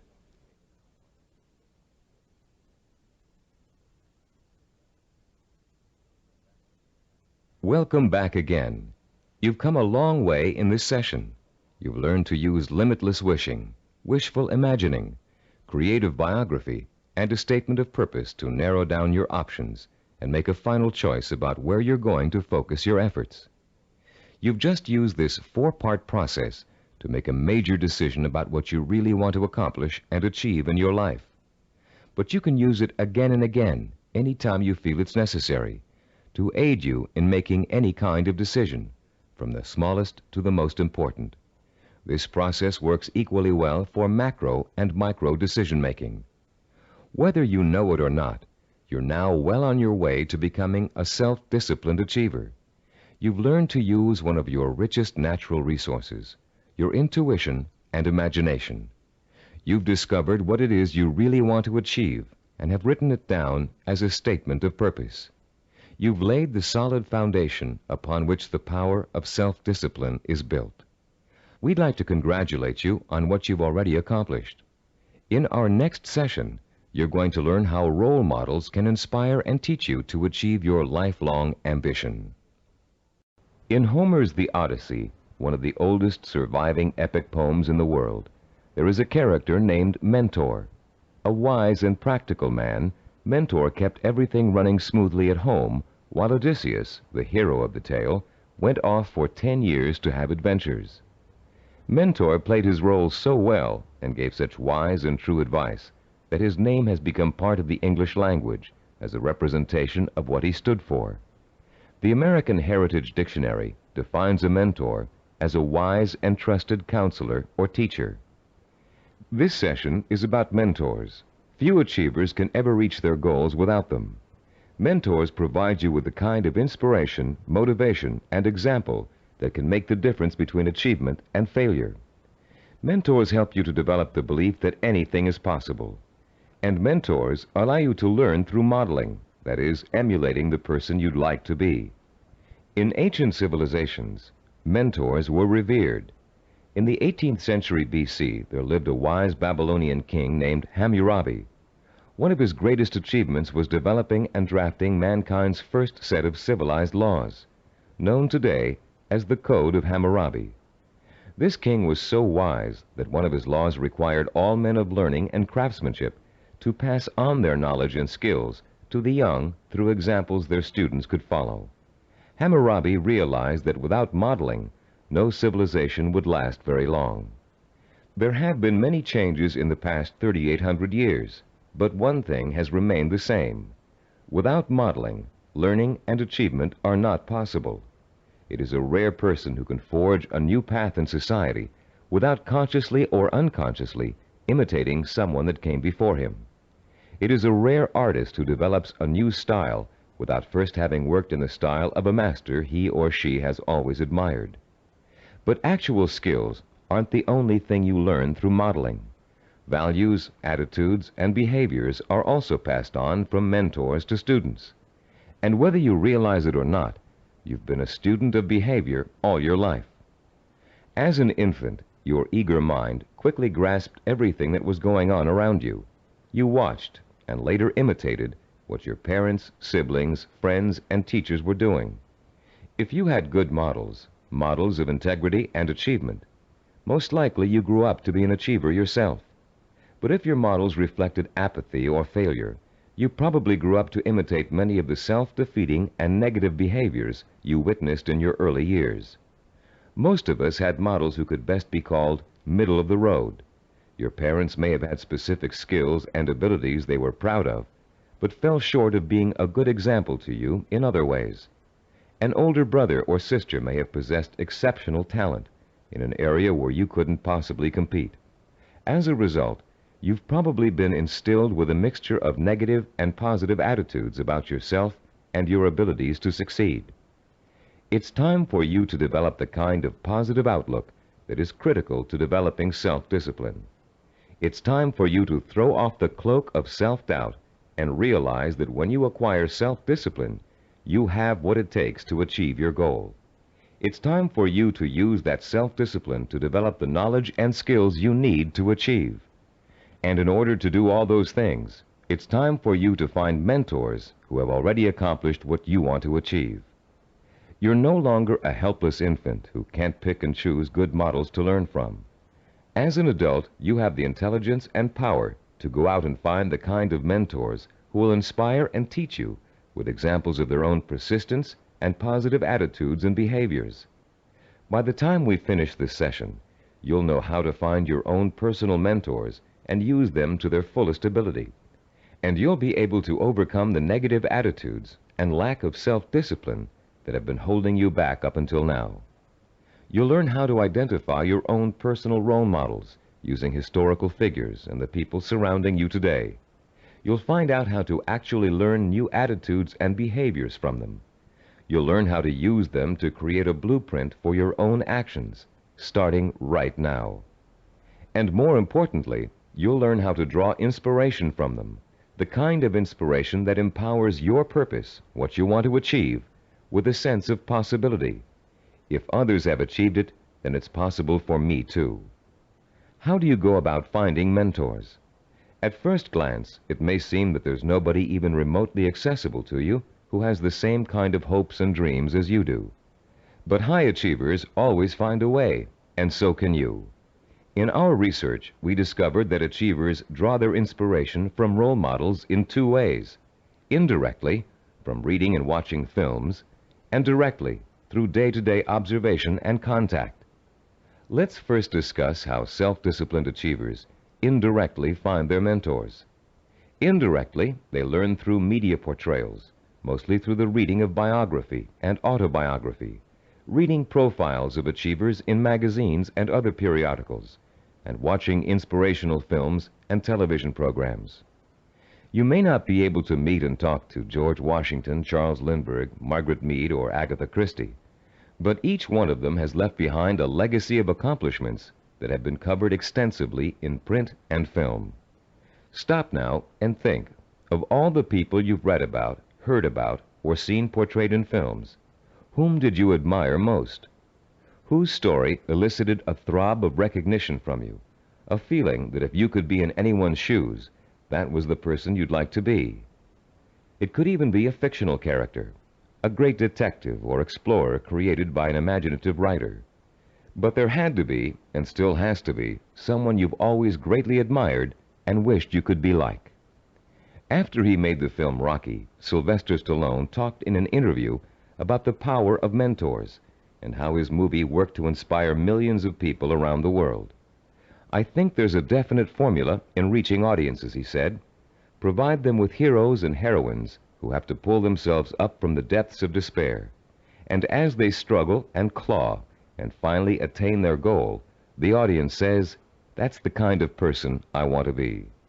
Stallone's character Rocky is the embodiment of a man obsessed with and driven by a vision rich in emotion and purpose, a self-directed achiever who overcame the odds through hard work, effort, persistence, and perseverance.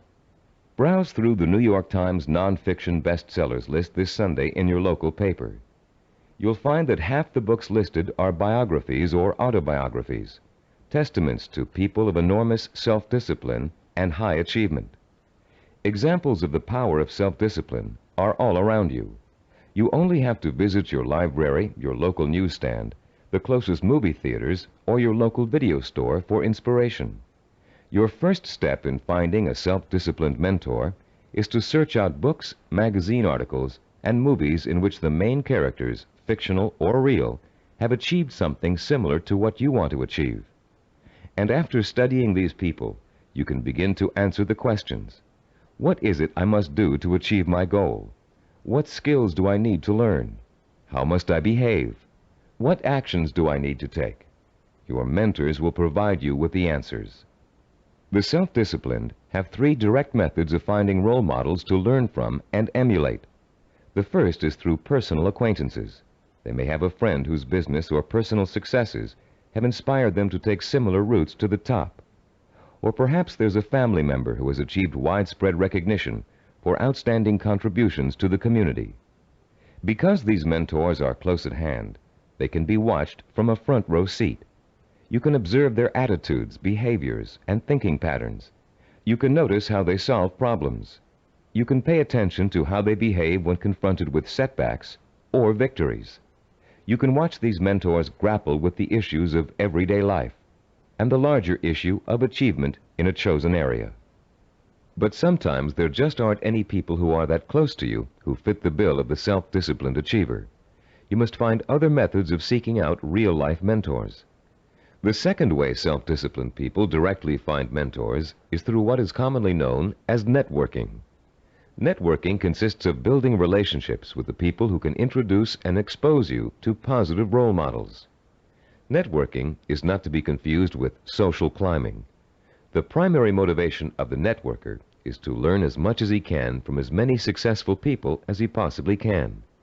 The main benefit from networking is the quality of the contacts you can establish. Contacts that will create greater opportunities and put you in the mainstream of successful, self-disciplined role models. The third source of finding models directly is apprenticeship, learning directly from a master mentor. The concept of apprenticeship may seem old-fashioned in a world of computer-assisted learning and mass public education, but most of the high achievers we studied apprenticed themselves in some fashion to a mentor who could pass on his or her skills through intentional, personalized learning. Apprenticeship is extraordinarily common in the arts, trade crafts, business, medicine, law, politics, teaching, and sports. Leaf through any encyclopedia and notice how many of the achievers profiled learned their skills under the tutelage of a master mentor. Some people are obvious masters of their craft and easy to pick as mentors, but sometimes it isn't so obvious, especially when it comes to business or professional achievers. How can you choose among several possible candidates? How can you pick the person who is most likely to provide you with the inspiration and example you need? In Session 2, you used an assessment form to compare your own behaviors, habits, and thought patterns against the 10 positive characteristics of the self-disciplined achiever. On page 25 of your study guide, you'll find a similar form that you can use to identify the strengths and weaknesses of prospective mentors, with instructions on how to use it. Put this form to work for you as you seek out that special person who can help you achieve your most cherished dreams and goals. When choosing a mentor of any kind, pay particular attention to how he or she developed the knowledge, skills, and abilities it took to reach his or her goal. Was there special schooling involved, particular reading materials, an apprenticeship with a mentor of his or her own, carefully sought-out teachers? How many hours did your mentor work every day toward achieving his or her goal? Also, pay close attention to your mentor's way of thinking. Be sure to choose someone who handles stress and pressure well, someone who responds to difficult problems by coming up with creative solutions, someone who loves what they do but still finds time for important personal relationships. The highest achievers work hard but are not workaholics. They still find time to enjoy their friends and families. Look for a mentor who has learned not to waste time and who has mastered the art of juggling a heavy schedule while staying calm and in full control. This will be an important trait for you to imitate, and find someone who neither capitulates to everyone around him, nor is so arrogant he won't listen to the opinions of others. You'll want to learn how to listen well, and then make your own decisions. In looking for all these traits, remember that your mentor is still going to be human and have faults. This is one of the most important things you can learn about your role model. In spite of great success, wealth, and the admiration of friends, family, and the community, he or she makes mistakes, just like you. Rather than being disappointed in your mentor, you should rejoice over his or her human failings, because those failings mean that anyone can succeed just as they did. If it was possible for an imperfect person with one all-important goal in life to make that goal come true, you can do it as well. At Cybervision Systems, we've developed a number of sports training video cassettes that use a new and revolutionary learning technique. These video cassettes feature some of the world's greatest athletes, highly self-disciplined achievers who have won world championships and Olympic gold medals. And in the casual conversations we've had while working with these athletic stars, each one has revealed that he or she had a mentor whose skills, attitudes, and behavior served as an example of how to achieve. One of the things that struck us during these conversations was the fact that most top athletes were just as intimidated as you and I might be the first time they met their role model heroes, for lack of a better word. The idea that a major league ball player of undisputed talent might be quivering like a school kid in the face of their lifelong hero made us feel pretty normal, actually. I think we all feel a sort of psychological barrier when it comes to measuring ourselves against our role models. But as the athletes we talked to discovered, that barrier can be overcome quickly and easily. Each of them described the eventual realization that came from playing on a team with a personal hero or from riding the same pro circuit. The realization? As Olympic gold medal skier Jean-Claude Killy put it, everybody puts his pants on, one leg at a time. What each of them realized was that they too could easily perform like the role model they idolized. The idols, viewed close up, turned out to be as ordinary as the worshippers. They realized how great an opportunity they had to learn from their hero. Discovering that their idols were human and fallible, they began to believe deep within their hearts that they could equal or even surpass their idols' accomplishments. Though the role models you choose have developed tremendous strengths that have made them successful, they also have many weaknesses. Renowned fiction writer Ray Bradbury, for example, who was first published when he was in his teens, will never win the Monaco Grand Prix, or even a race to the local supermarket. Why? Because he never learned to drive a car, a skill most of us acquired long ago without thinking about it twice. A friend of ours who was independently wealthy, a local politician, a publisher of fine art books, and a world traveler, wears finely crafted boots with all his clothes, even his business suits. Is it part of his personal style? Yes, but his close friends know his secret. He never mastered the bow knot. This much admired man literally cannot tie his shoes. Recognizing how human and fallible your mentor really is, demystifying your role model, plays an important role in boosting your confidence in your own ability to succeed. If a man who cannot tie his shoes can become a politician, a publisher, and a self-made millionaire, what couldn't you accomplish with the same ambition and drive that got him where he is? This is a man who never let minor shortcomings hold him back. He and 1,000 other mentors will prove to you that you don't have to be perfect to succeed. In fact, you may be amazed to find out that there are a lot of similarities between you and your mentor. People with similar goals often think alike. The only substantial difference, then, between you and your mentor is the kind of self-disciplined effort he or she has applied to achieving a goal. If you apply the same kind of effort, you can be just as successful in achieving your goal. As a matter of fact, you can try on success for size by emulating your mentor's achievements while you're working toward a similar goal. Remember childhood dress-up games, playing pirate with a tinfoil sword and your mother's scarf wrapped around your forehead. Role-playing doesn't work only for children. It can give anyone who's striving to reach a particular goal a template to follow for achieving that goal. Hunter Thompson, who broke new ground in journalism in the 1970s with his gonzo style, picked up much of his technique by imitating one of the greatest writers in the English language, Charles Dickens. Thompson literally sat down and physically copied Dickens by hand, letting his mind and his muscles get used to Dickens' rhythm and style. Hour after hour, he copied Dickens' prose, word for word. And Thompson went on to become a successful and popular contemporary writer. The great 19th century psychologist and philosopher William James contended that if you want to acquire a positive habit or behavior, simply act as if you already have it, and you will. James was aware that the human nervous system is incapable of distinguishing between a physically real experience and a vividly imagined one, which means that once you select your mentor, all you need to do is act just like that person in order to be just like him or her. Remember General Patton? He acted just like Alexander the Great, and he won battle after battle against the Axis. What about Babe Ruth? He imitated Shoeless Joe Jackson and went on to achieve much greater fame than his role model. Or perhaps you've heard of a fictional character named Bunker Bean.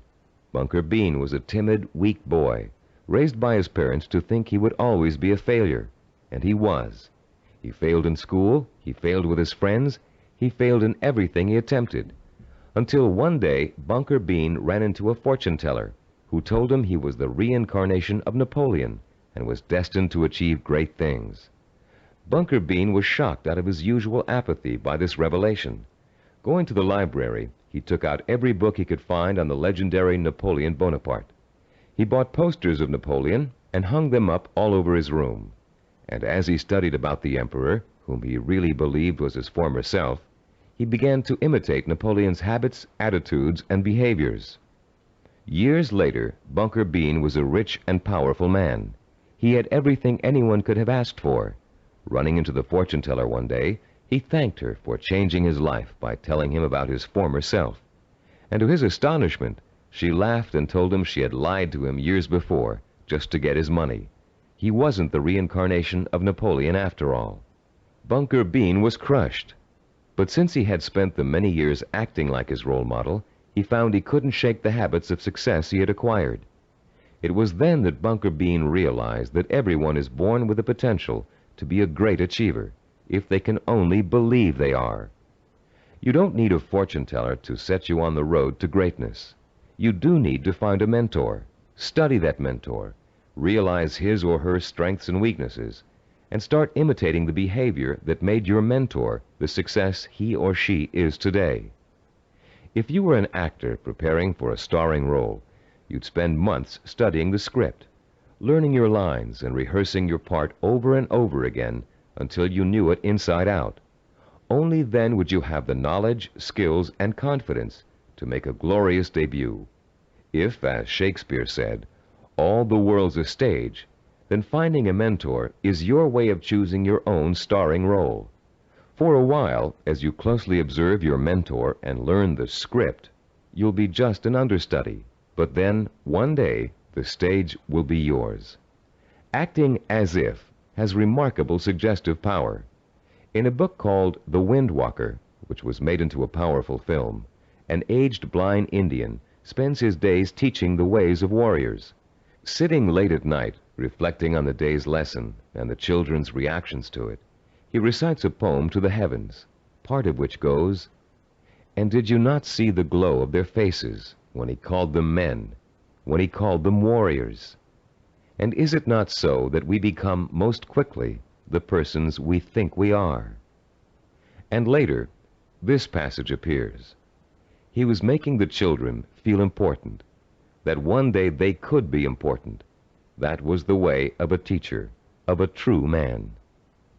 Once you select your role models and learn about them and from them, you, like the young Indian children, should feel important, so that one day you will be important. This power of importance you draw from role models is really the power of possibility. Once you learn about your role models, their strengths and weaknesses, they become real and human to you. You stop worshiping them and begin to believe that you can become like them, or even surpass them. Once you make this realization, then your purpose becomes more real, more possible, and the fires of desire, fanned by the sense of possibility, begin to burn deep within your heart. And then, and only then, can you successfully begin the process of working persistently and progressively toward your vision and purpose. We're now reaching the heart of the action section of this program. In this session, you're going to learn how to transform your purpose into sensory-rich, emotion-provoking images of achievement. But before we do, let's quickly review the kinds of actions you've taken so far to begin your journey to achievement. In Session 4, you learned how to determine your purpose, the goal that represents the true desire of your heart and mind. This purpose is so important to you that you're willing to dedicate a great deal of time and energy to achieving it. It gives you a reason for living, and a reason for becoming the kind of self-disciplined achiever who can make it happen. In Session 5, you learned how to identify models of achievement, people who have already attained goals similar to yours. You learned how to turn those models into personal mentors, people who can inspire and teach you to achieve in much the same way they did. You found out how to isolate and identify their talents and habits. You also learned to use your mentors to create a strong sense of possibility, a feeling that if they could do it, so can you. With a clearly defined purpose and a strong feeling of "it's possible for me," you have already broken through the chains of failure that shackle and bind more than 90% of mankind. Most people don't have a purpose.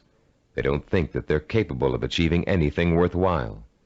Now you're ready to take another giant step on the road to achievement. In this session, you're going to learn just how to translate your purpose into an emotion-provoking vision. This vision will become so real in your imagination that it will inspire and motivate you to work towards it every minute of every day until you make it come true. What we call your vision of success is a clear, sensory-rich, highly detailed mental picture of what you want to achieve and the rewards you'll experience as a result of its achievement. When this vision of success is linked to your purpose and a strong sense of possibility, it will, like a hot branding iron, burn itself deep into every fiber of your being. Not only will you become obsessed with this vision, but you'll also develop a sense of deep belief in your ability to achieve it. Your vision allows you to make a quantum leap from the sense of possibility to the sure-fired conviction that I know I can do it. You're about to learn a simple but powerful 4-step process for transforming your purpose into a sensory-rich goal. Once you have done that, we're going to give you 5 easy-to-use guidelines that will help implant the goal deep into your mind and nervous system. It will then become a permanent part of you, and serve as the fuel that fires your emotion and incites you to purposeful action. Let's now begin to learn about the process of sensory goal setting and how you can use sensory goals to develop what we call a magnificent obsession, a burning desire to achieve your purpose. The first step you must take is to translate the statement of purpose you developed in Session 4 into what we call a sensory goal statement. As you recall, your statement of purpose was a general statement of what you would like to achieve. Your sensory goal statement is going to be much more specific. There are three main elements to the statement you are now going to write. First, it must be result-oriented. It must focus primarily on what you want to get out of your achievement. Second, your sensory goal statement must be time-specific. You must determine a point in time when your goal will be achieved. And third, it must be measurable. You must specify a criterion that lets you know when your accomplishment is complete. If you want to become a doctor, for example, your criterion might be finishing your internship and setting up your own practice. If you want to start your own business, your criterion of success might be the day you move into your own offices or hire your first employee. Having a measurable goal gives you the motivation to work towards a specific end. It also lets you measure your progress along the way and take corrective action if you're moving off target. This sense of having a concrete reality to work for, combined with an actual time frame and a result to look forward to, fuels your drive and compels you to work persistently and systematically toward the ultimate success of your endeavors. Let's quickly look at a few examples of how a statement of purpose can be translated into a sensory goal statement. Let's say your statement of purpose reads, "I want to help cure disease." Your sensory goal statement might read like this: "In June of 1989, I will receive a medical degree." If your purpose is to become your own boss, then your sensory goal statement might read, "In January of 1987, I will open up a retail store of my own." If your purpose is to run a marathon, your sensory goal statement might read, "In June of 1986, I will enter the Boston Marathon and complete the 26-mile run in under 5 hours."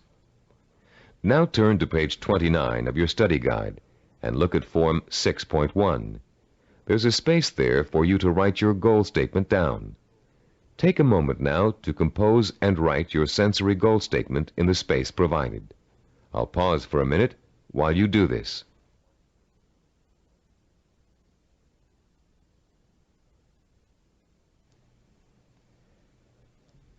After writing your sensory goal statement, your next step in the sensory goal setting process is turning that statement into what we call a vision of achievement. The first way in which you're going to do this is by finding photographs in books, magazines, and newspapers that show people living, experiencing, and achieving your vision. If your vision is to become a doctor, look for photographs of a medical school graduation ceremony. Find pictures of doctors involved in research. Look at Scientific American, the New England Journal of Medicine, and similar publications aimed at doctors and scientists. If your vision is to be your own boss, find photos of people who own successful businesses. Business Week, Industry Week, and specific retail trade publications are good sources to try. If your vision is to run the Boston Marathon, make photocopies of newspaper stories about marathon winners that you can find in the library. And check Runner's World and similar publications aimed at serious runners. The purpose of this exercise is to give you some concrete images to inspire your own personal images of achievement. You'll learn how to create those personal images in a few moments. Creating a vision achievement scrapbook of pictures that personally speak to you about your own desire for achievement can have a powerful effect on your motivation and drive. Devote some time today or this evening to locating these pictures, and in the future continually be on the lookout for more. The third step in the process of developing a sensory goal requires that you make a listing of all the advantages and rewards you will experience as the result of achieving your goal. For a few minutes, close your eyes and imagine that you have already successfully realized your ambition. How is your life different because of it? What recognition have you achieved? Has it made a difference with your family and friends? Has it made an impact on other areas of your life? Are you getting up at the same time in the morning, driving the same car to work? Are you going out more in the evenings, wearing different clothes? Turn to page 31 in your study guide, and in the space provided on Form 6.3, write down every single reward you can imagine resulting from the achievement of your goal. Don't just write down the general rewards, get as specific as possible. For instance, running the Boston Marathon may greatly boost your self-confidence and increase the respect you get from family and friends. But training for it will also get you into superb physical shape, meaning you'll have more energy, more stamina, more drive. You'll look better, feel better, sleep better, and do a better job at work. Use the photographs from your scrapbook to help you identify all the rewards you can think of that are associated with your goal. And when you're finished writing them down, you'll be ready to translate them into a vision that will stimulate your emotions, provoke your desire, and incite you to positive action. Close your eyes for a few moments and imagine that you have just achieved your goal. Where are you? What do you see around you? Are you indoors, outdoors, in your own home, at the office? Who are you with? Notice every tiny detail of your surroundings, including the texture of wallpaper, the color of the sky, the faces of the people you're with, the clothes they're wearing. Pretend you're going to have to draw a picture of this scene in a moment, so you really need to focus in on every little item so as not to forget it. Now, holding that visual image before you, switch your focus to sounds. What are you hearing? Are people talking to you? Are they congratulating you? If so, what are they saying? Are you hearing the voices of your parents, your spouse, your children, your friends? Are you all watching TV, where a famous newscaster's voice is reciting the story of your achievement? Maybe there's a party being held in your honor, and you can hear music in the background. Concentrate on every single sound you can hear and differentiate. Now, let's add the sense of touch. Are people shaking your hand? Do their hands feel smooth, rough, warm, cold? Are the grips firm or slack? Are you being patted on the back, hugged by your family and friends? Is someone pulling at your sleeve to get your attention? Next, imagine the prevalent smells that are surrounding you. If you're in the middle of a celebration, can you smell the food on the buffet table? Is the fragrance of champagne wafting up from the glass you're holding? Can you smell people's perfume or cologne? Now concentrate on taste. Are you sipping that champagne you were holding a moment ago, eating hors d'oeuvres? Or is the taste of success so sweet that you don't need or want any food? Finally, what are you feeling emotionally? Pride? Satisfaction? Maybe you're feeling relief that the hardest work is behind you. Maybe you're feeling the power of your new position. Perhaps you're feeling the exhilaration that comes with knowing that having achieved what you did, you can now achieve anything. You might even be feeling humble, having come face to face with weaknesses you never knew you had during the long, hard effort to reach success. After you have awakened all of your senses to the sight, smell, taste, touch, sound, and feeling of success, turn to page 32 in your study guide and complete Form 6.4, entitled The Sensory Vision Worksheet.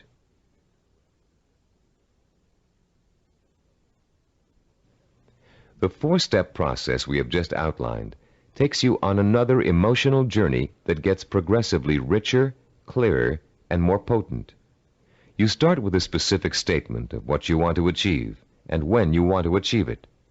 Then you gather inspirational photographs of others who have achieved what you want to achieve. You imagine and list the rewards and benefits you'll experience as a result of achieving your goal. And finally, you bring these three steps together into an imaginary scenario rich in sight, sound, touch, taste, smell, and emotion. This scenario is your vision. It is the driving force behind all of your thinking and activity. The more intense and more detailed your vision is, the more emotional power it will pack. The more often you conjure up your vision, the more drive and sustaining power you'll have behind you. This drive and power will in turn enable you to develop working plans, working habits, knowledge, and skills you need to achieve your goal. and it will help you to persist and persevere until it is accomplished. Now that you've imagined reaching your goal in all of its sensory detail, you're going to have the opportunity to record it on tape. Don't leave out a single sensory detail. The richer your description, the more powerfully it will affect your ability to keep striving to reach your goal, day after day, week after week, month after month. Use as much enthusiasm as you can during your description. You should be enjoying yourself. After all, it's your vision of success you're describing. After you've finished recording, play back your description and listen to it carefully. Did you falter in places? Were there things you couldn't describe fully? Did it sound as if you didn't quite believe what you were saying? If the first version of your story doesn't satisfy you, erase it and create another one. Do this over and over until you have a version that completely satisfies you. It should be highly detailed and utterly convincing. And if, along your path to achievement, you find your goal changing shape or form, just record a new version that better fits your new goal. You're now going to learn to use this recording as part of a 5-step daily plan for internalizing your vision and making it so much a part of you that it will drive you to plan, to work, to achieve, to persist. Your first step will begin early in the morning, soon after you wake up. The first thing you're going to do before going about your daily business is to review your statement of purpose, your sensory goal statement, your photographs of achievement, and your list of rewards for achieving your goal. This is not just to remind you of why you're striving for success. It's to remind you of exactly why you need to succeed. Your statement of purpose, your list of rewards, your photographs, all speak of your deep need for achievement and the ways in which it will satisfy you and enrich your life. This is what you need to awaken in yourself anew every single morning. After you've reviewed those materials, your second step is to listen to your recording of your sensory goal description. The sound of your own voice, filled with enthusiasm, describing the joy and pride you feel in achieving your goal, will light a fire inside you that will give you the energy and stamina to persist in your efforts to reach success every single day. And during the day, as part of step 3, you must take a few moments out from whatever you're doing, close your eyes, and imagine your sensory goal in all its richness and brilliance. Recall the touch, taste, smell, sight, and feel of success. Relive your emotional reactions to it. Keep the obsession to achieve burning in you all the time by remembering this vision as often during the day as possible. For step 4, at night you must mentally review all the events that occurred during the day. Did you have new experiences that could help you fuel your vision and make it richer and clearer? Make another recording that reflects your new thoughts and feelings. Step 5 consists of listening once more to your sensory goal description before going to bed. And as you're falling asleep, play your sensory-rich scenario of achievement over and over again in your head. This 5-step plan will refuel and reinforce your motivation for achievement, and it will help to give you daily feedback on how well you're progressing toward your goal. But remember, there will be setbacks and mistakes along the way, and there will be readjustments in your thinking and planning about what you want to achieve and how you want to achieve it. You'll find yourself adjusting your course just as you adjust your steering wheel while driving on a winding road. This is to be expected because there is no effortless path to achievement. For this reason, we suggest you record your vision over again at least every 2 weeks. That way, it can keep pace with your daily experiences and changes in outlook. You've come a long way in this session. You've turned a general statement of purpose into a specific statement of what goal you want to achieve. You've put an achievement date on that goal. You've gathered pictures of it. And you've learned to turn it into a living, breathing vision of success that evokes the kind of strong emotions you need to sustain a long, hard effort of achievement. Now is the time to record your vision. Take your time and do it as many times as necessary until you are satisfied with the results. Remember, you're going to be listening to it twice a day, so it needs to be rich and rewarding. You may find you need several tries before you successfully record a vision that satisfies you in its richness of detail and intensity of emotion. Do as many versions as you need until you get the one that sounds just right. If your goal changes, record a new version. If you've reached your goal and want to pursue another, create a new vision and record it. Remember, include all the details and be as enthusiastic as possible. Now, begin your own narration of what it would look, taste, touch, smell, sound, and feel like to achieve your goal. What you can do, or dream you can do, begin it. Boldness has genius, power, and magic in it. These immortal words, written by the great German philosopher and dramatist Johann Wolfgang von Goethe, perfectly set the stage for what you're going to learn in this session. Here, we're going to help you turn the vision of what you want to achieve into an action plan. In Goethe's words, to boldly begin your dream. You already have the vision. You believe in it and in your potential to achieve it. Now we're going to work on a practical, step-by-step process through which your vision can be brought to life. For, as former United States President Theodore Roosevelt said, dreams are a dime a dozen. Everybody's got dreams. It's their execution that counts. Planning is the logical mapping out of where you want to go and how you want to get there. Seneca, the Roman philosopher, captured the importance of planning when he said, "When a man does not know what harbor he is heading for, no wind is the right one." Planning helps you focus your direction and organize both your time and resources. Every moment spent in planning saves 3 or 4 in execution. In this session, you're going to learn a simple yet powerfully effective system of planning, of organizing any goal you want to achieve into logical, easy-to-visualize steps. This system is applicable to any type of task or project, from building a deck to getting a medical degree.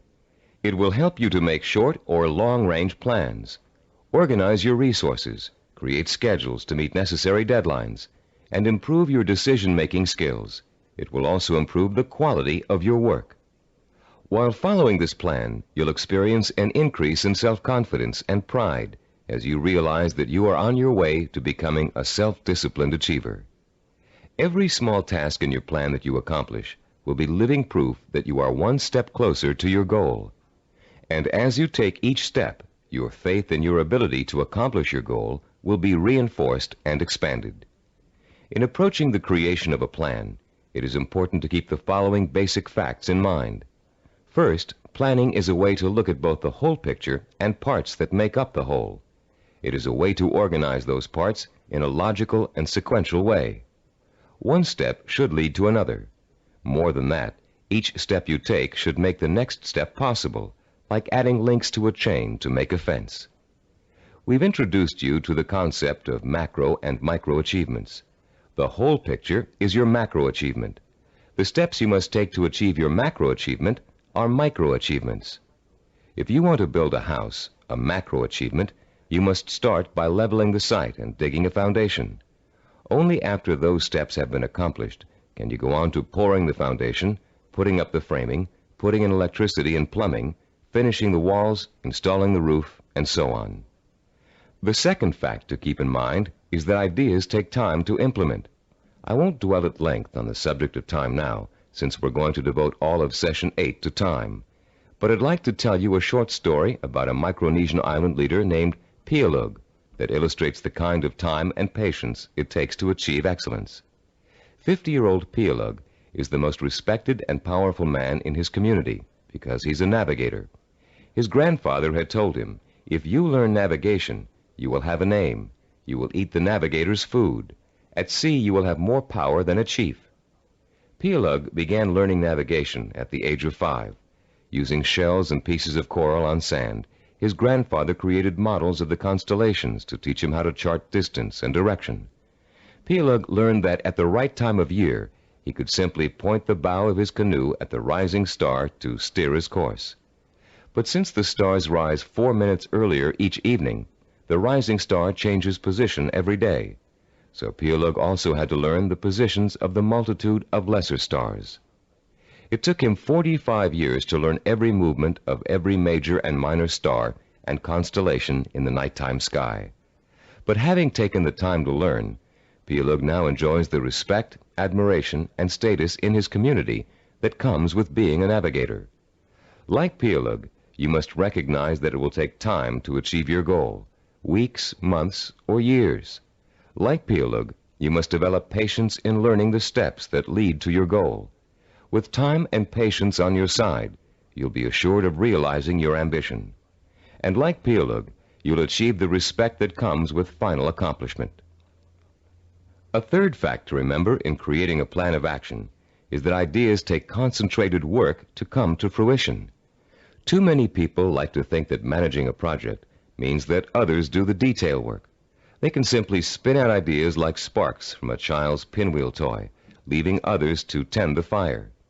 If you leave others to tend the fire, don't blame them if the house burns down. Admiral Hyman Rickover spent over 40 years building America's nuclear submarine fleet. Rickover himself supervised the research, design, construction, and operation of the mighty underwater craft. His reputation as an excellent manager who always got results was only equaled by his talent for engineering. Upon Rickover's retirement, he explained his philosophy of management to an interviewer. "The man in charge," Rickover said, "must concern himself with details. If he does not consider them important, neither will his subordinates. Yet the devil is in the details.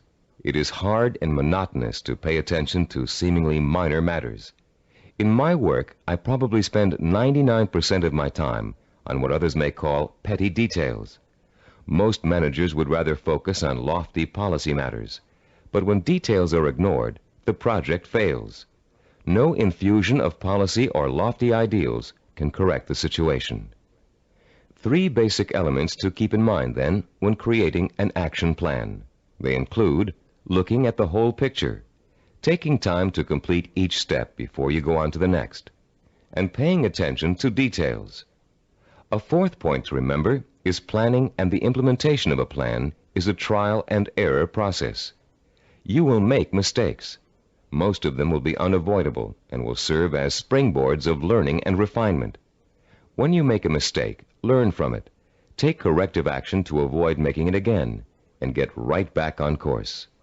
Remember, supposed experts have made greater mistakes than you're going to make, and have managed to turn them into creative successes. Take the Coca-Cola Company's introduction of the new Coke, for example. After spending millions of dollars on market research, and more millions of dollars marketing their reformulated soft drink, they were forced by public pressure to bring back the old formula. They made a mistake in trying to change the taste of Coke, and their marketing executives admitted it. But because of that mistake, Coke is now in a stronger marketing position than ever. The Coca-Cola Company has brought back their old formula, now sold under the name Classic Coke, and they still have their new formula on the market, which was formulated to appeal to Pepsi drinkers. Was Coke's surprise move really a mistake? Nobody thinks so now. By correcting its mistake, Coke has the potential to win over an even larger share of the market than it had before. This process of self-correcting behavior is what scientists call cybernetics. The term may sound very space age, but there's a reason for that. The organizational method you're about to learn is the same one NASA engineers used to put men on the moon. In the early 1960s, when former President John F. Kennedy ordered NASA to put a man on the moon within a decade, NASA's engineers and systems designers rose to the challenge, accomplishing the task by July of 1969. How did they do it?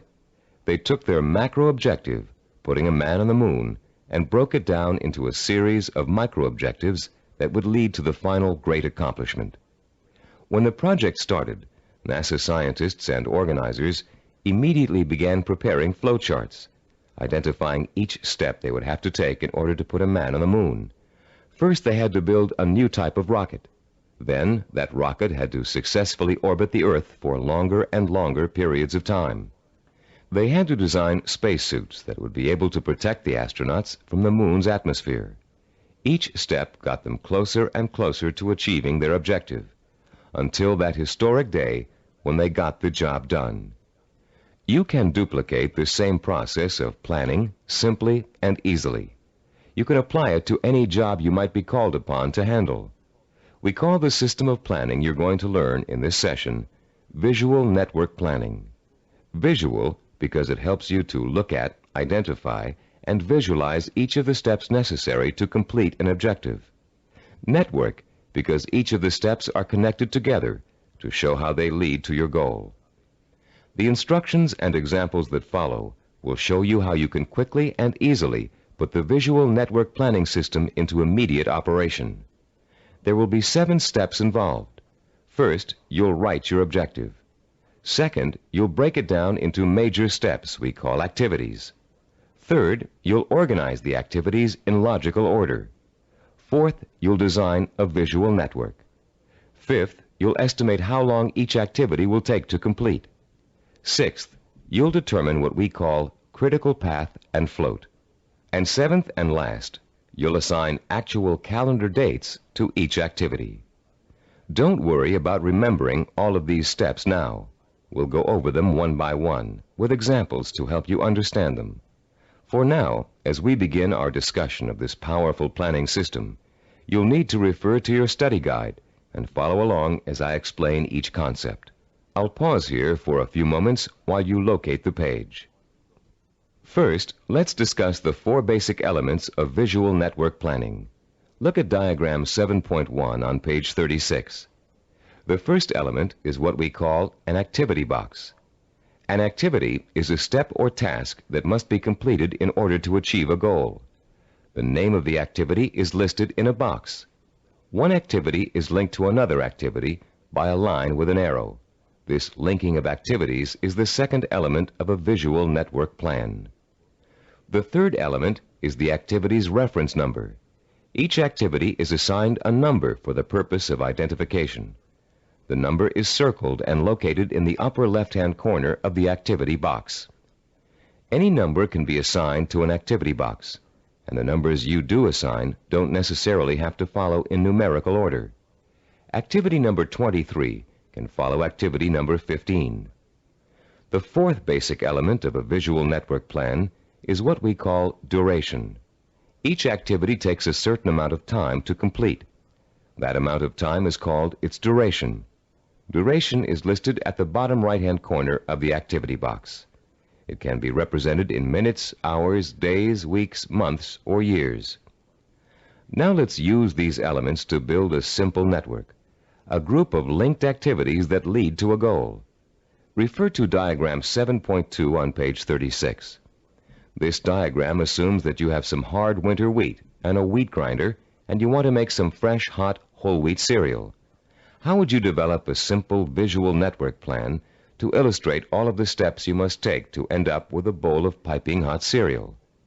Your first step would be to get a piece of paper and pencil and list your objective on the top. In this case, it would read something like, cook whole wheat cereal from scratch. Your second step would then be to break your objective down into its major steps or activities. In this case, there are 2 major activities involved. The first is grinding the wheat. The second is cooking the wheat. Third, you would then put the activities into their logical order. In our example, the wheat must be ground before it can be cooked. And fourth, you would construct a visual network plan in which the 2 steps are placed in activity boxes with reference numbers, durations, and linked arrows. We have already developed the visual network plan for this objective in diagram 7.2. As you can see, activity number 2 is grinding the wheat. Activity number 4 is cooking the wheat. When activity number 2 has been completed, having taken 2 minutes, activity number 4 is ready to begin. Activity number 4 takes 7 minutes.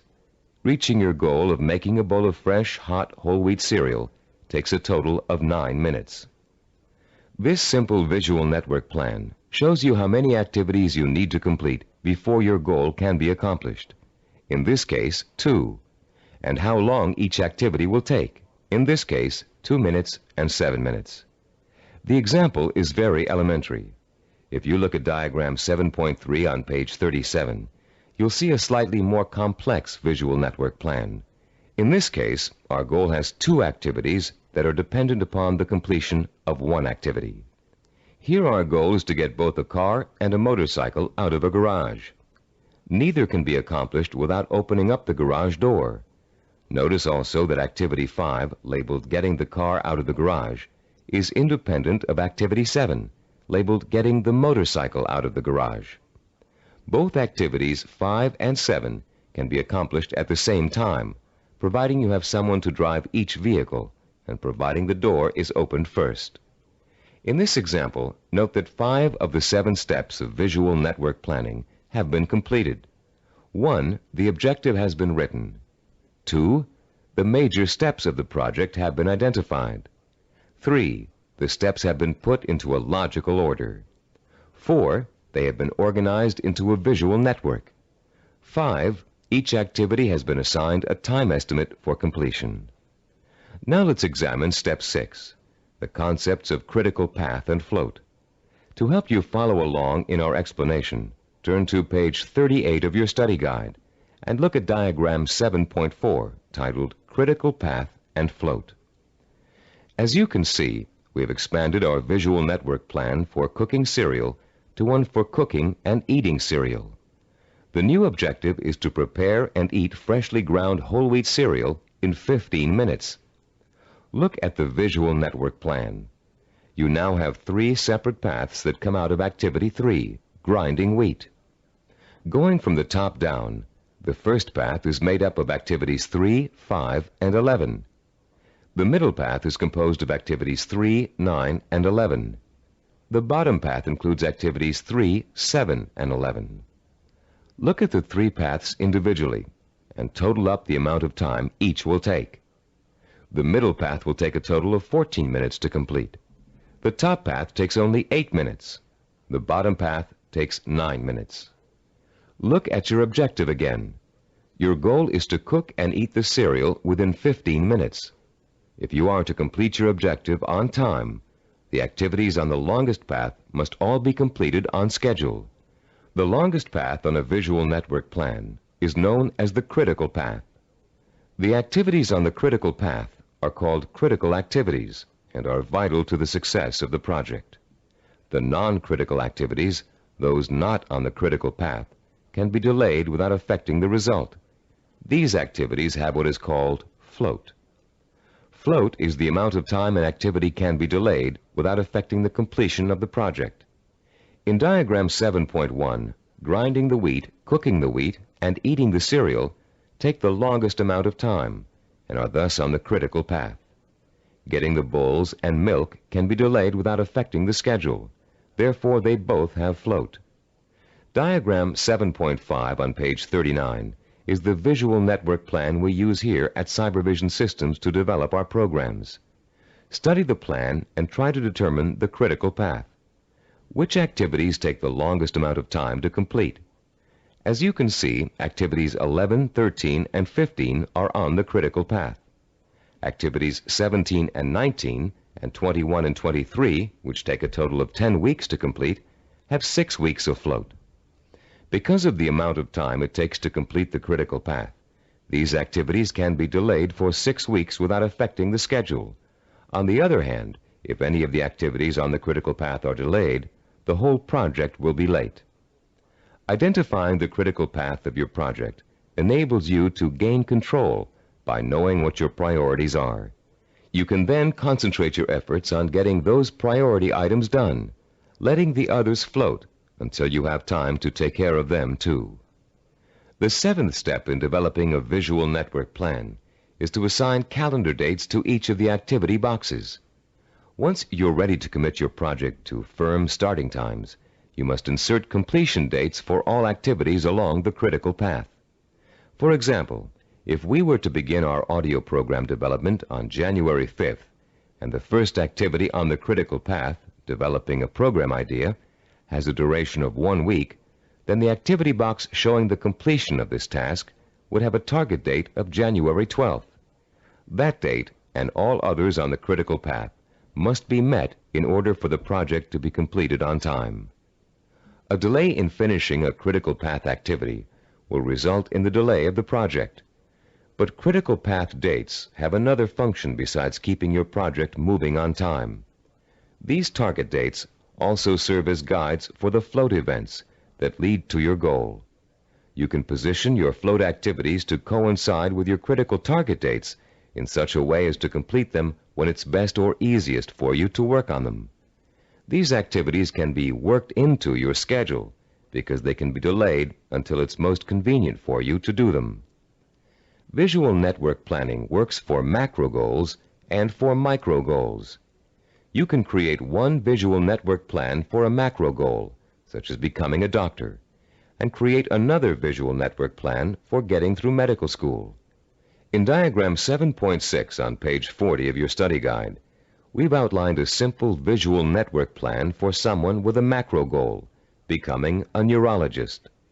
Each of the activities listed on this plan, which takes a total of 15 years of post-high school study, can be turned into a micro-network plan of its own.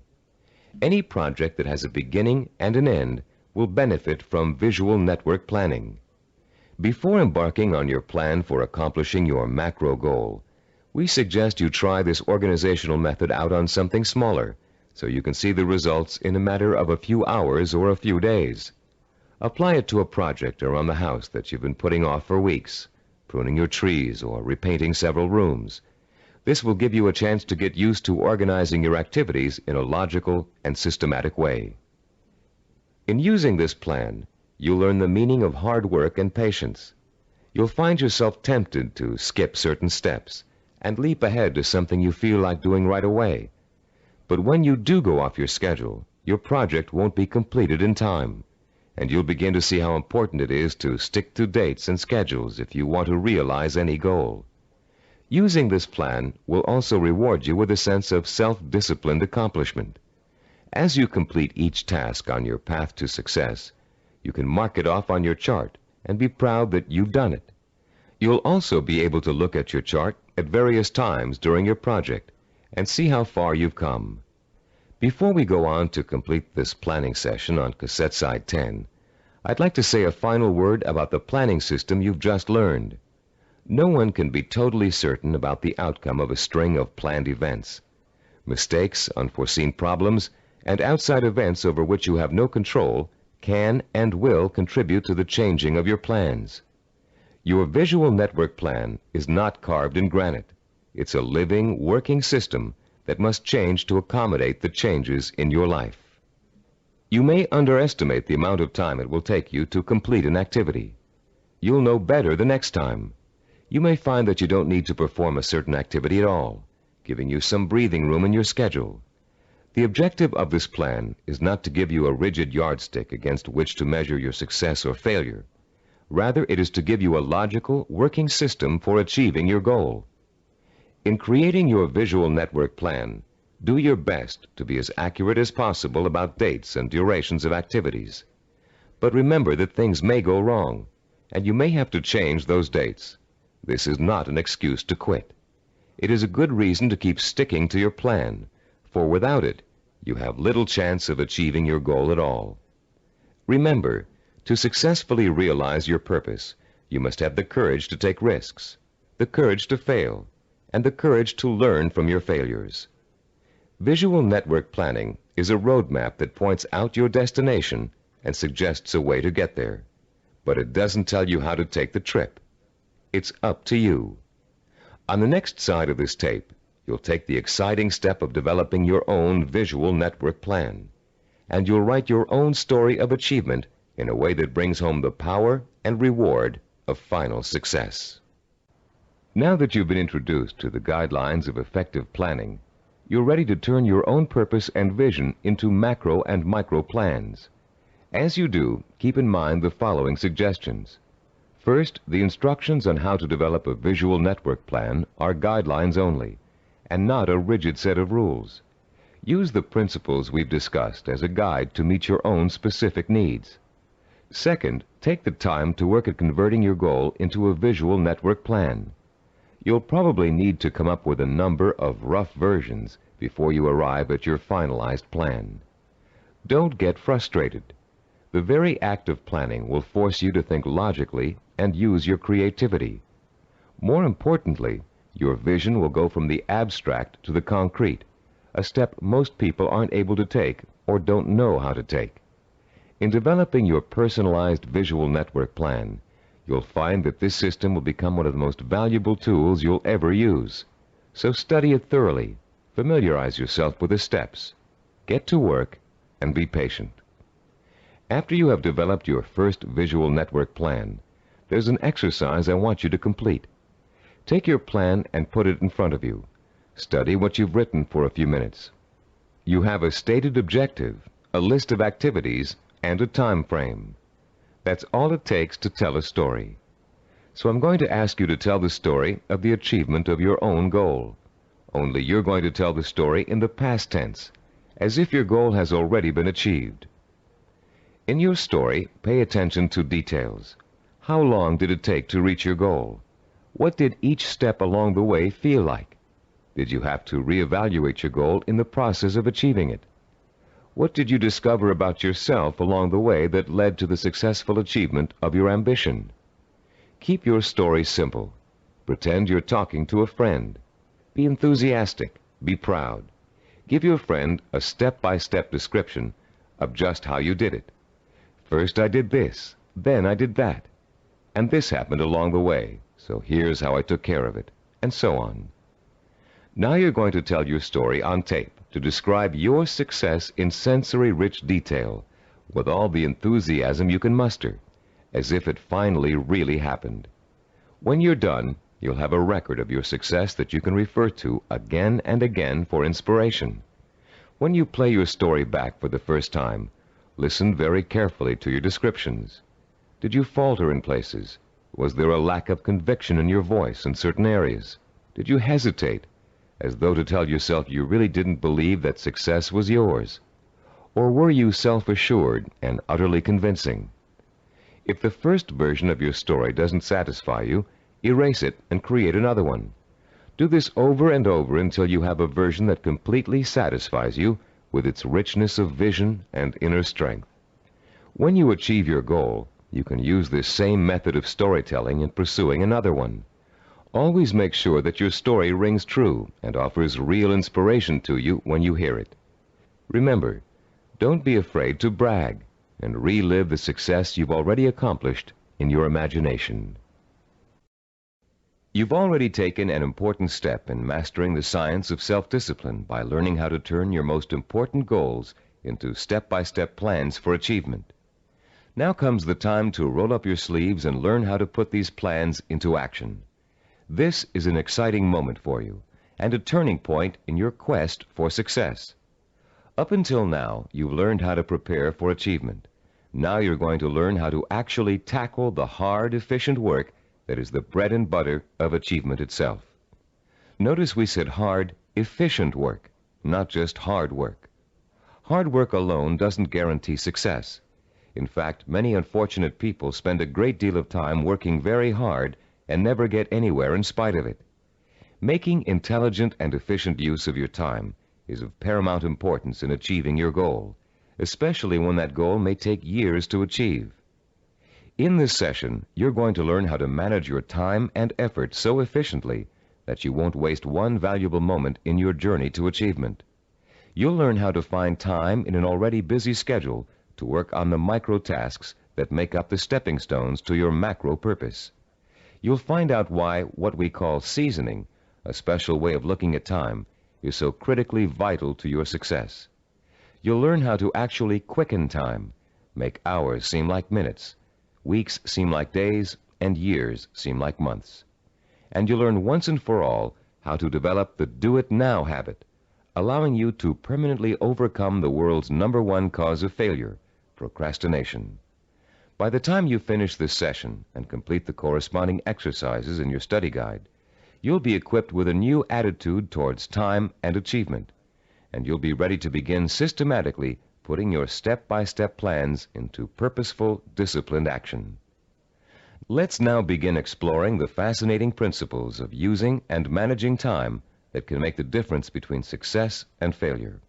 To begin at the beginning, let's talk a little bit about the relationship between time itself and achievement. We all know that it takes time to accomplish something.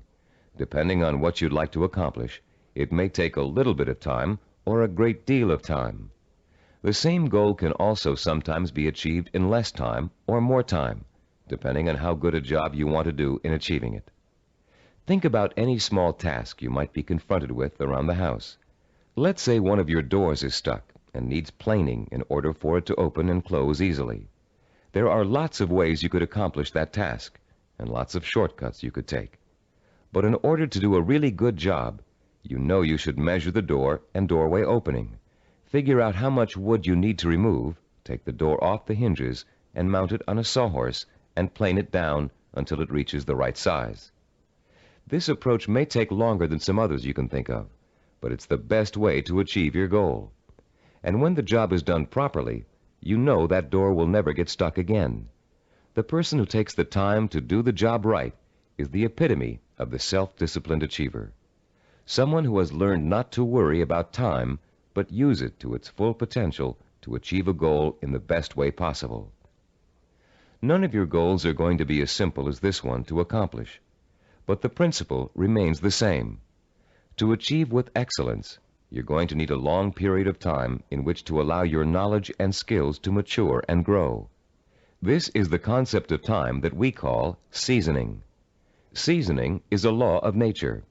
All things take time to come to fruition. People, in their impatience to get what they want without going through this growing process, often end up stunting their own personal growth and making true success impossible. Shortcuts only lead to mediocrity and failure. Scientists, philosophers, artists, and statesmen have always recognized the importance of seasoning in accomplishing any goal. When asked by an impatient student how long it would take to become a master teacher, the Roman philosopher Epictetus replied, "Nothing comes into being all at once, not even the grape or the fig. If you say to me now, 'I want a fig,' I shall answer, 'That requires time.' Let the tree first bring forth tender blossoms. Let the blossoms endure the weathering of the sun, wind, and rain. Let the tree then put forth its fruit, and finally, let the fruit ripen." Cybervision founder Steve DeVore recalls learning about seasoning the hard way. "When I was 5 years old," he said, "I planted a garden in my backyard. Because I didn't understand how seeds grew, I would go out and dig them up every day to see if they'd sprouted yet. I hardly watered them, and I didn't weed them regularly as I should have. Because I was so impatient and neglectful, my plants never got the chance to grow properly. And when harvest time came, my vegetables were pitifully small and undeveloped. I had a friend next door, a slightly older boy who understood the principles of gardening. He let his plants grow and ripen in their own time, helping them along with regular watering, fertilizing, and weeding. He enjoyed a bountiful harvest that summer, and I learned a lesson about patience and self-discipline." All great achievers not only understand the concept of seasoning, but they value it greatly. They know that success cannot be hurried. They know that to try to hurry it is to ruin it. They understand that every step along the road to achievement is a necessary one and a small achievement in itself. And they also know that getting there can and should be half the fun. Self-disciplined achievers are willing to pay the price of time to realize their ambitions. They are not intimidated by the thought of having to work and study for 5, 10, even 15 years. Their commitment to a goal is absolute, and their vision of success is unwavering. The self-disciplined achiever knows that if what he wants will take 5 years to achieve, the 5-year effort will be worth it. He knows that those 5 years are going to pass anyway, and he has a choice about whether to spend them preparing for success or wasting the time thinking and dreaming about what he'd really like to do. For the self-disciplined achiever, there is no choice. He'll gladly spend those 5 years working and studying to achieve his goal. Does several years seem like a long time to you?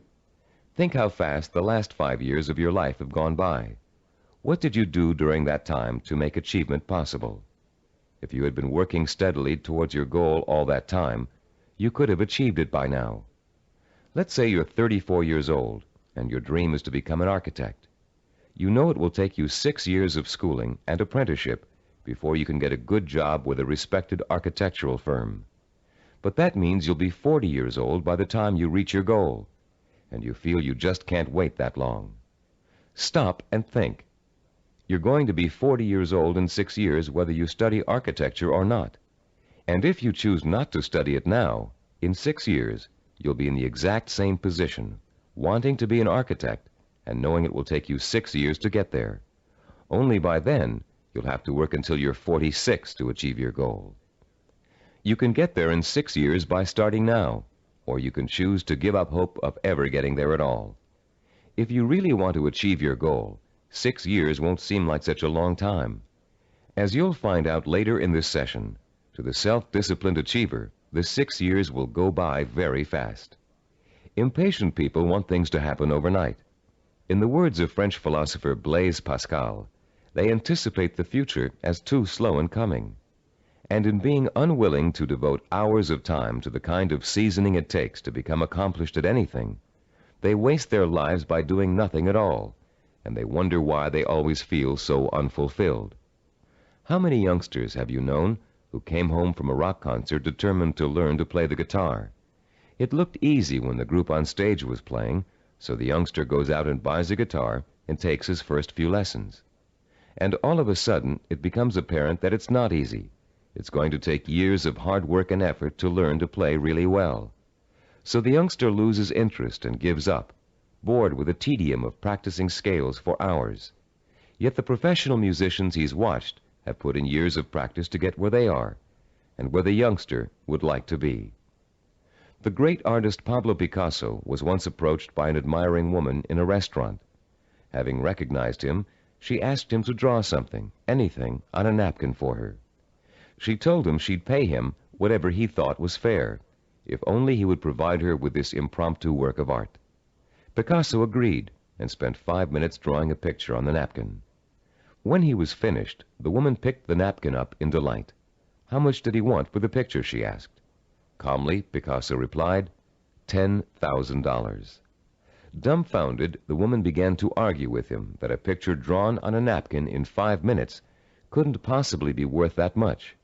But Picasso just smiled and said, Madame, it may have only taken me 5 minutes to draw the picture, but it took me 40 years to learn how to draw it. 40 years. Does that seem like an interminable amount of time? To a master artist seeking the ultimate expression of his talent, a great scientist seeking a cure for disease, or an ambitious businessman trying to turn a small company into a Fortune 500 corporation, 40 years can seem to fly by overnight. To the dedicated self-disciplined achiever, time is nourishment for what he wants to accomplish. And that time is well spent, taking step after step in a continuous effort to achieve a specific goal. The achiever does not get sidetracked. Every day he concentrates on the micro tasks that make up his macro purpose. And each completed micro task becomes a source of pleasure and a reward in itself. Top newscaster Eric Sevareid achieved his macro purpose by actually ignoring it. Instead, he concentrated on the micro purposes that would help him accomplish his goal. Sevareid tells the story in his own words. Once when I relinquished my job and income to undertake a book of 250,000 words, I could not bear to let my mind dwell on the whole scope of the project. I would have surely abandoned what has become my deepest source of professional pride. I tried to think only of the next paragraph, not the next page, and certainly not the next chapter. Thus, for 6 months, I never did anything but set down one paragraph after another. The book wrote itself. Years ago, I took on a daily writing and broadcasting chore that has totaled now more than 2,000 scripts. Had I been asked at the time to sign a contract to write 2,000 scripts, I would have refused in despair at the enormousness of such an undertaking. But I was only asked to write one, the next one, and that is all I have ever done. You can learn to work in microtasks by following your step-by-step plan for success and concentrating only on each step at a time. But you cannot learn seasoning as if it were a skill. Seasoning is an attitude that must be adopted and made part of your mental framework if you are able to achieve your lifelong purpose. it is crucial to self-discipline. More than that, it is actually at the heart of self-discipline. Besides seasoning, the self-disciplined achiever experiences something we call time quickening. Time quickening does not mean taking shortcuts, as you might first guess. Rather, it represents what happens to your perception of time as you become involved in the pursuit of your goal. Time quickening is an almost magical experience where time seems to disappear and you know you're in complete control of what you're doing. When it happens, you feel energetic, concentrated, and completely absorbed in your task. We've all experienced time quickening when we're doing something we particularly enjoy. For you, it may have happened while you were reading an exciting murder mystery, watching an action-filled movie, playing a game of tennis, or even weeding a garden. Time quickening takes place whenever you find yourself completely engrossed in something to the point where nothing can distract you. The moments fly by so quickly, you're just not aware of them. Past and future seem to disappear, leaving only you and the task you're engaged in. And after what only seems like minutes, you look up and notice in shock that a great deal of time has passed. Dreams are a reverse example of this phenomenon. Although you may often wake up feeling as if you've been dreaming a particular dream for hours, the whole thing has actually taken place in just a minute or two. The human mind has the amazing ability to alter our own perception of time. Once you learn to use this ability to your advantage, you will no longer be discouraged at the thought of having to spend so much time pursuing your goal. Scientific research has shown us how to trigger the experience of time quickening. You can actually learn to consciously create the sensation that time has stopped. You can do it by becoming single-mindedly and uninterruptedly involved in an activity for a significant period of time. Time quickening occurs when you surrender your attention and your senses to something outside of yourself. There are 6 steps you can and must take to experience the benefits of time quickening. Listen to them carefully, and then try to recreate them, first with lesser tasks that may or may not be related to your goal, then with your actual micro-purposes. First, create or find a working environment that is free of distractions and potential diversions. Second, focus on doing one task at a time and stick with it until it is completed. Third, surrender yourself to the task at hand. Work hard and work well, and don't stop working until you have finished as much or more of the task as you started out to do. Fourth, plan to work uninterruptedly for a significant span of time, several hours if possible. Fifth, don't watch the clock as you work, and don't continually compare how much you've accomplished against how much you still have to do. Sixth and last, stop working when your thinking becomes muddled due to fatigue. The first few times you try using these 6 steps, you may have a hard time following them all. But the more you practice, the easier it will get. And soon you'll notice that time seems to be flying by quicker and quicker every time you sit down to work. Time quickening makes work enjoyable and helps prevent the normal wear and tear of work on your mind and your nerves.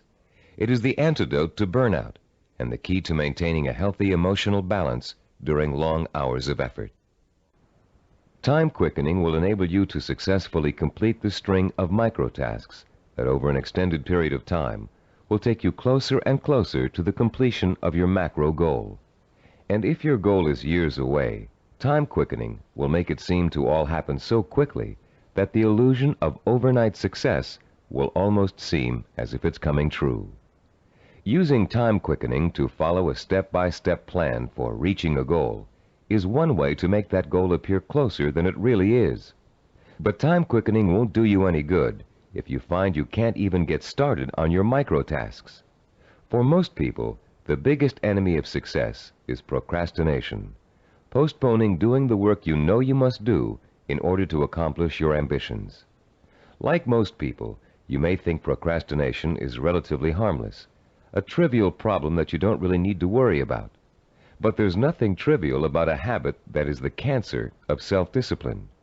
Procrastination is an achievement killer, and unfortunately, the more often you succumb to it, the more habitual it gets and the harder it is to deal with. Procrastination is a serious deterrent to self-discipline, and it takes a serious effort to overcome it. In the next part of this session, we're going to explore some common reasons for procrastination and the most effective ways of overcoming the would-be achiever's most self-defeating habit. Psychological research tells us that chronic procrastinators fall into three groups. The first group fears failure. The second group fears success. And the third group uses procrastination as a way of rebelling against authority. Let's examine each of these groups to see how they turn their own psychological problems into reasons for procrastination. The first type of procrastinator may actually already be a successful business person or professional, but he or she is successful only up to a point. These people set such high standards for themselves that they live in constant fear of not being able to meet those standards. They cripple their own efforts to succeed by working at less than their capacity, so they are never really challenged and therefore never will fail. People who are successful early in life, usually in school or in an athletic career, often turn into this type of procrastinator. Take Sarah, for example, a city planner who graduated at the top of her class from Stanford University. Soon after graduation, Sarah joined the planning director's office in a major West Coast city. One of her duties is to generate reports for her boss to use in making important presentations. Sarah has begun putting off doing the reports until the last minute. While she collects the material in time, she finds that she dawdles with the writing process until the night before, or sometimes even the morning of the presentation. She then rushes through the writing and ends up turning out an adequate but far from superlative report. What Sarah manages to do in each case is avoid testing herself to the maximum. She is not certain whether she can live up to the high promise of her success in school. By putting off her work till the last minute, she doesn't have to find out the truth about her abilities, because of course at the last minute nobody could be expected to turn out a perfect report. In the course of this kind of procrastination, Sarah has picked up a new skill called brinksmanship. She flirts with catastrophe by not doing her work in time, then pulls herself out of the brink at the last minute. If her performance doesn't measure up, she can always blame lack of time for failure.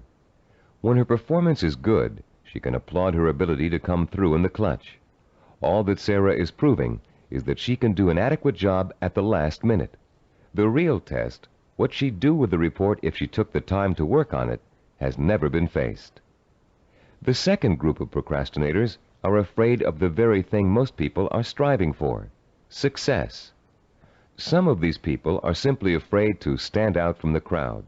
They don't want to be seen as different. Many are afraid that if they are too successful, they will outgrow marriage partners, families, or friends. These people limit their own performance, actually holding themselves back, because they fear the kind of change success may bring to their lives. The third group of procrastinators is constantly rebelling against authority. These are the people who put off doing their work because it gives them a feeling of control over their boss. Rebellious procrastinators spend their lives reacting to a fear of being controlled or dominated. Whenever something is expected of them, they react by procrastinating just to prove that they are the ones in power. If you're a procrastinator, you probably fall into one of these three groups, or you may find you have a little bit of each type of procrastinator in you. Understanding the reason for your procrastination is your first step towards overcoming it. It's especially important for you to realize how self-destructive and self-defeating procrastination is. Whether you're rebelling against someone or responding to an inner fear, procrastination will eventually hurt you in everything you try to do. There are a number of techniques you can use to help overcome the habit of procrastination and replace it with energetic, efficient, inspired action. William James, the great Harvard University psychologist and philosopher, who already taught us in Session 5 the value of acting as if we are what we want to be, has a very practical solution to procrastination. James suggests, do something every day for no other reason than you would rather not do it at all. Listen again. Do something every day for no other reason than you would rather not do it at all. What James is really telling you to do is to replace the habit of procrastination with the habit of action. As soon as you catch yourself thinking, well, I won't do that now, I'll do it later, you must immediately do whatever it is you're procrastinating about. Self-disciplined achievers also use two special time management techniques to overcome the tendency to procrastinate. The first is called Swiss cheesing. The second is called unscheduling. Swiss cheesing is another term for dividing a macro purpose into a series of micro tasks. The management consultant who invented the term conceived of it as a way of poking holes in a large task to make many smaller tasks. If you have a task that will take 2 hours, Swiss cheesing it creates 8 15-minute segments, or 4 30-minute segments, or however many smaller segments you need to get the task done. Breaking a macro purpose down into micro tasks makes it seem much less formidable. In fact, this one-step-at-a-time approach is the only way to achieve a major goal. Without losing sight of what you want to achieve, you should never go around thinking about the enormity of your major purpose. You must concentrate only on achieving one small step at a time. Unscheduling also helps you to overcome procrastination and get on with your project in the most efficient way possible. Sometimes you know you're going to need so much time to complete a task that you won't even start it. You rationalize that you'll never find the time to finish it anyway. But often people overestimate how much time it really will take them to do something, and they don't realize that by Swiss cheesing, they can find the time to do it in an otherwise busy schedule. Turn to page 45 of your study guide and look at Form 8.1. You'll see a chart with the days of the week listed along the top row, and the hours in a day listed vertically along the left side. There are 7 days listed and 16 hours per day. The chart presumes that you get up at 6 o'clock in the morning and retire at 10 p.m., but you can easily change the numbers to correspond to your own daily hours. It's often a shock to look at a chart like this and realize how many hours you actually have available to you in a one-week period. Of course, many of those hours are taken up with the necessities of everyday life. Your first task in this exercise is to fill in all those hours that are occupied with travel, meals, work, meetings, regular recreational activities, and other commitments. Only fill in the time that absolutely must be devoted to activity. If you regularly watch television or read magazines for 3 hours every night, that doesn't qualify as a life necessity unless it's part of your job to do so. When you've finished, look at the boxes you haven't filled in. These represent your free time, time you have full control over and can devote to your own micro projects. You may be amazed to find that you easily have 20 or 30 hours per week of free time to devote to your project. And if you include time that's spent commuting on a bus or train, the hours may add up to considerably more than that. Once you've ascertained when and where your free time occurs, you can begin allocating that time to your micro projects. When the hour arrives to start working, remember William James' advice and do it now. Work uninterruptedly during that time, taking scheduled breaks only as necessary. And don't allow yourself to get sidetracked. Working uninterruptedly means learning to say no when people try to take you away from your work. If a friend calls up and asks you to go bowling while you're working, you must learn to refuse. Make a date to go some other night, but complete your working hours in the time you've allotted to them. Let your family know that you're serious about completing your tasks. Schedule time to enjoy being with them, and let them know that when you're working, you are not to be interrupted. After successfully completing each work session, fill in the blank hours on your chart with a special colored pen or pencil. Choose a name for your project and fill in the blanks with that name. It will soon become extremely rewarding for you to look at the chart and see the red or green boxes begin to take up considerable space on the page. More rewarding, you'll begin to see real progress in your effort to complete your micro tasks. As you learn to devote uninterrupted time to your work, you'll find the time-quickening experience begin to occur more and more often, and you'll be less and less inclined to procrastinate. Soon your micro-projects will become as much a part of your life as eating and sleeping. And an excitement will take hold as you begin to realize that yes, you are working steadily toward your goal. And not only can you really do it, you are really doing it. Be careful not to overcommit yourself in terms of time spent on your project. Your goal is not to exhaust yourself. And beware of trying to go in too many directions at once.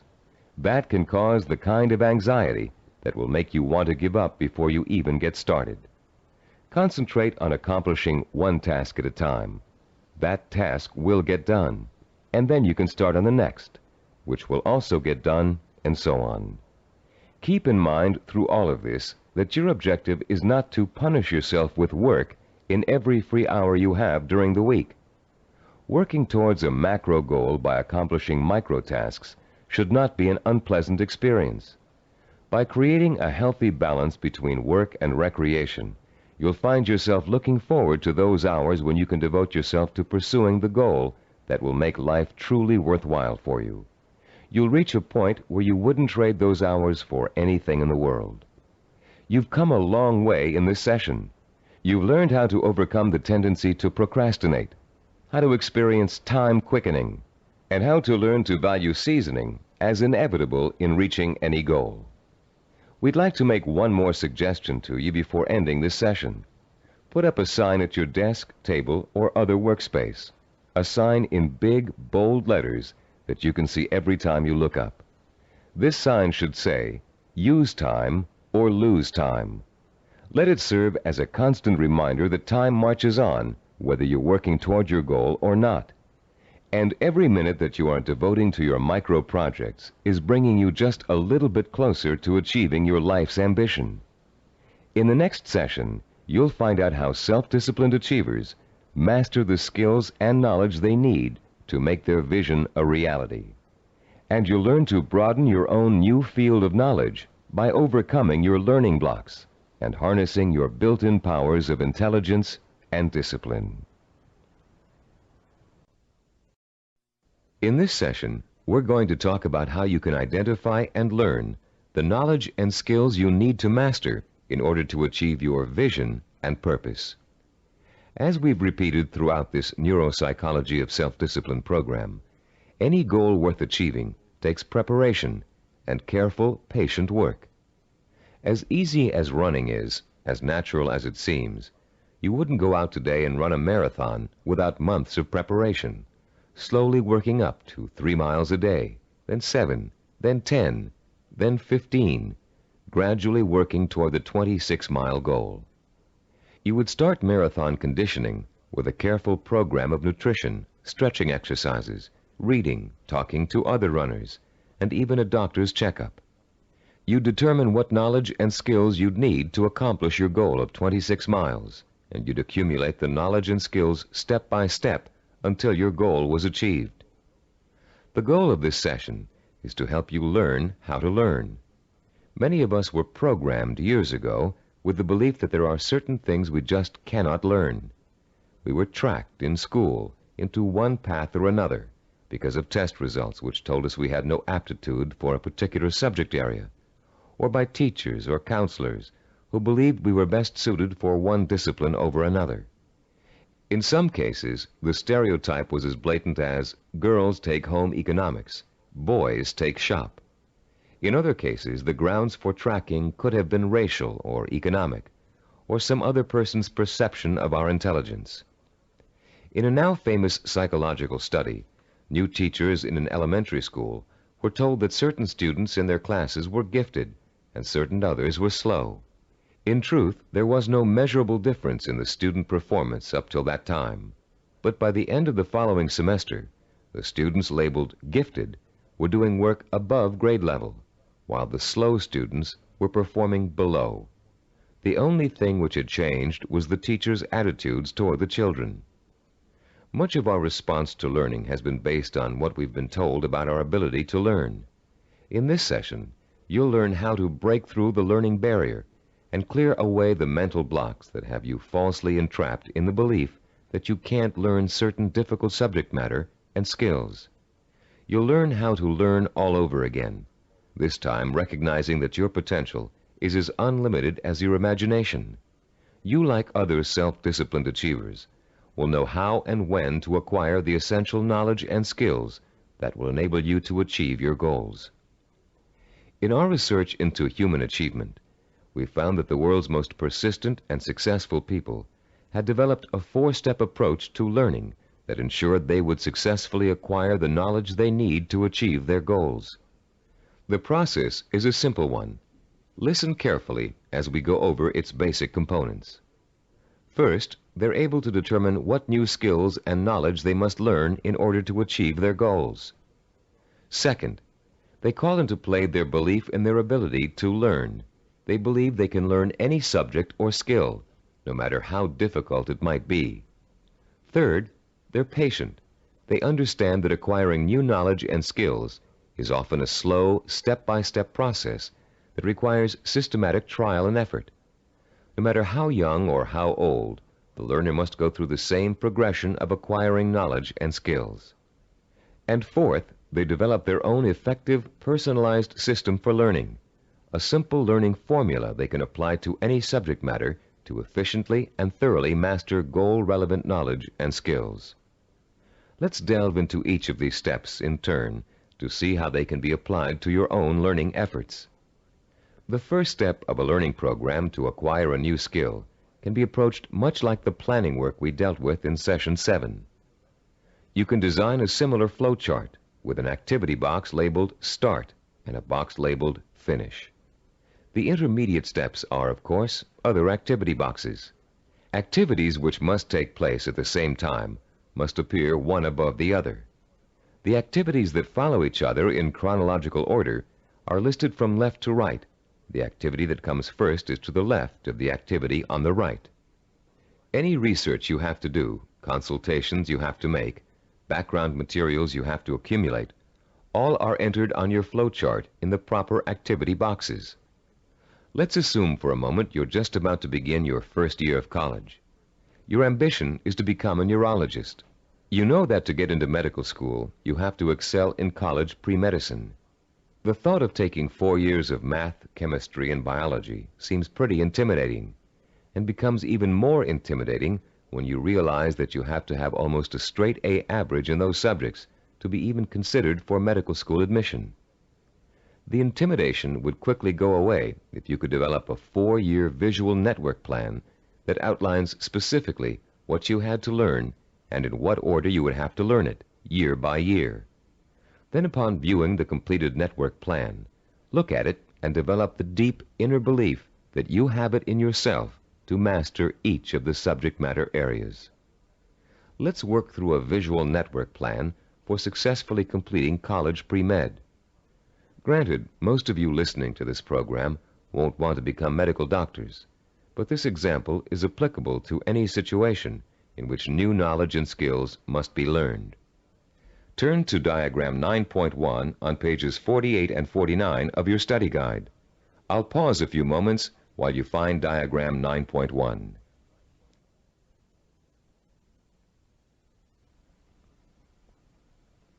As you can see, there are 3 visual network plans. The first one outlines the chronological steps to becoming a neurologist. We call this a macro plan, with the objective of becoming a neurologist. Below that is the micro plan with the objective to graduate in pre-medicine in 4 years with a minimum 3.5 grade point average. The micro plan is broken down into 2 levels. The first level is visually represented in 2 steps: the Start, labeled number 1, and Graduate with a Bachelor of Science in Pre-Med, labeled number 3. This first level has actually been extracted directly from the macro plan.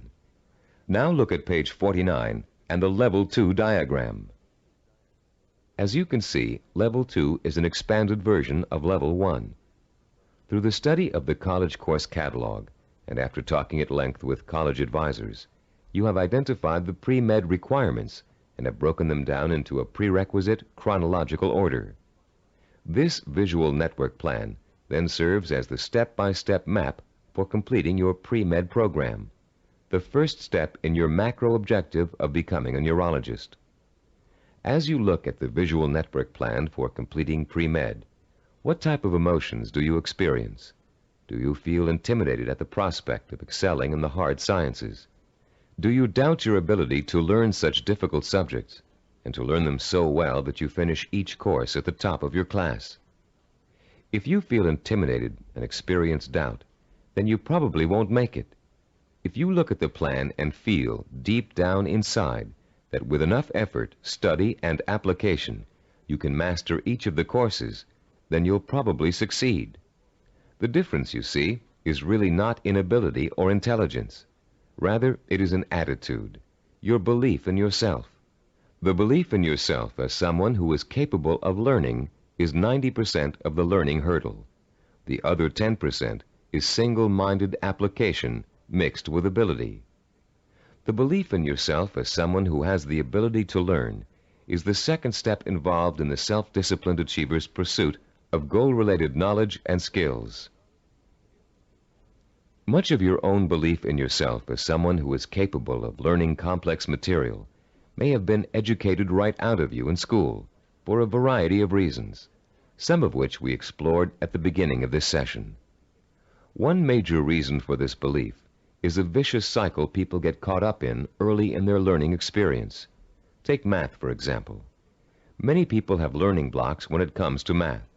They feel that they just don't have the aptitude to learn complex mathematical concepts. And they can prove this lack of ability to you from their grades and success in math classes. What most of these people lack is not the aptitude for math, but the application of self-discipline. Math requires progressive learning. You have to master one concept before you can go on to the next. If you miss a few steps in between, then it's really easy to get lost. And once you get lost, it's nearly impossible to catch up. To stay on top in math requires a daily effort of study. Most people who enter math because of their lack of self-discipline think that they can get by with a minimum of effort. Most of these people are intelligent. They can get by in most other courses by just coasting. They think they can do the same thing in math, but soon they get behind and can't catch up, and usually do poorly in the course. Then, after such an experience, they label themselves as poor in math. They carry this label with them throughout their lives. This label shades most of their decision-making when it comes to choosing courses of study and careers.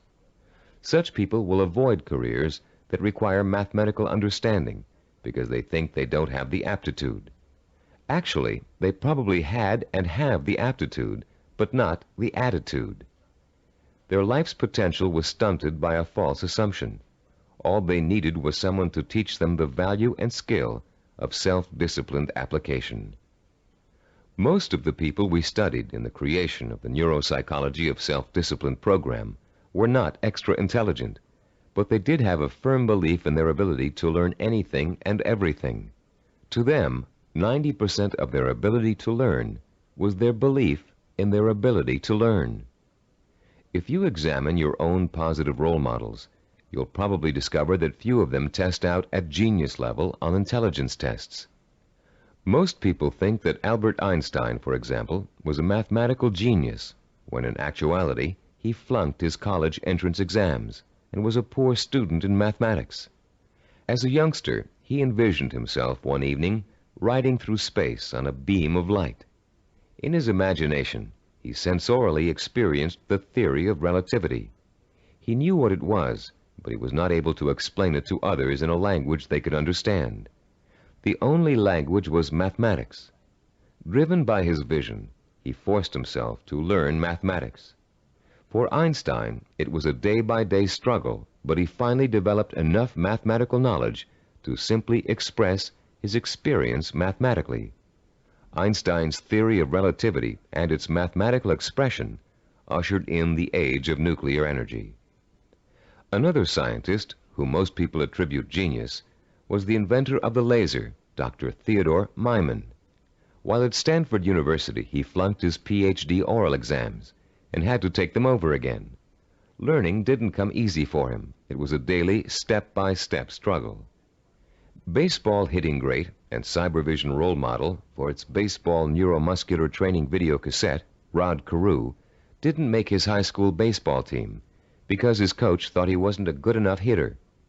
Since then, through thousands of hours of practice, Karl has won 7 American League batting titles and is one of 13 players ever to get more than 3,000 career hits. The list goes on. Famous author, philosopher, and scholar Leon Uris flunked high school English 3 times. Malcolm Forbes, publisher of Forbes magazine, one of the most successful business publications in the world, did not make the staff of his college newspaper. The editor said he lacked the basic skills of reporting and editorial writing. Steve DeVore, who founded Cybervision, speaks the Finnish language, considered by language experts to be the most difficult language for Western tongues to learn. Though he mastered this difficult language, he lays no claim to a superior intellect either.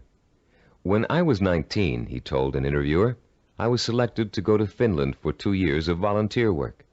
I had no foreign language ability at that time. In fact, I had nearly flunked out of high school French and Latin. So I thought of myself as having absolutely no ability to learn languages. With this negative attitude, DeVore entered an intensive language program for 2 months before he left for Finland. It was something like 16 hours a day with a group of 10 others. I finished last in the group, he recalls. DeVore went to Finland, where he spent 5 miserable months unable to communicate. I couldn't do anything. I was incredibly frustrated. I'd lose patience when people were talking.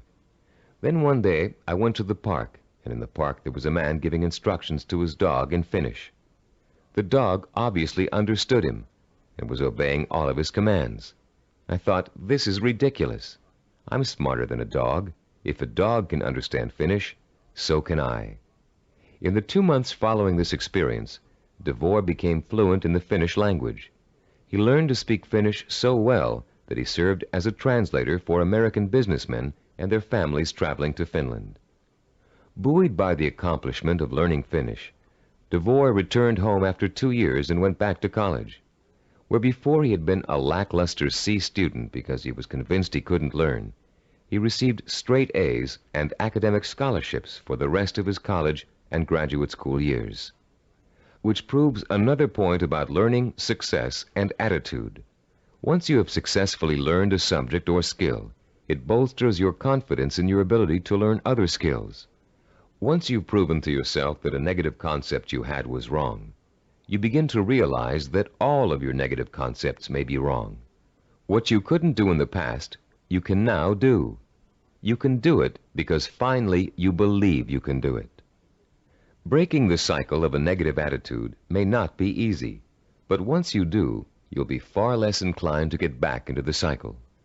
That's why small steps and small accomplishments are so important in pursuing a macro goal. You may look at a map for becoming a neurologist and say, I'll never get through all those math courses.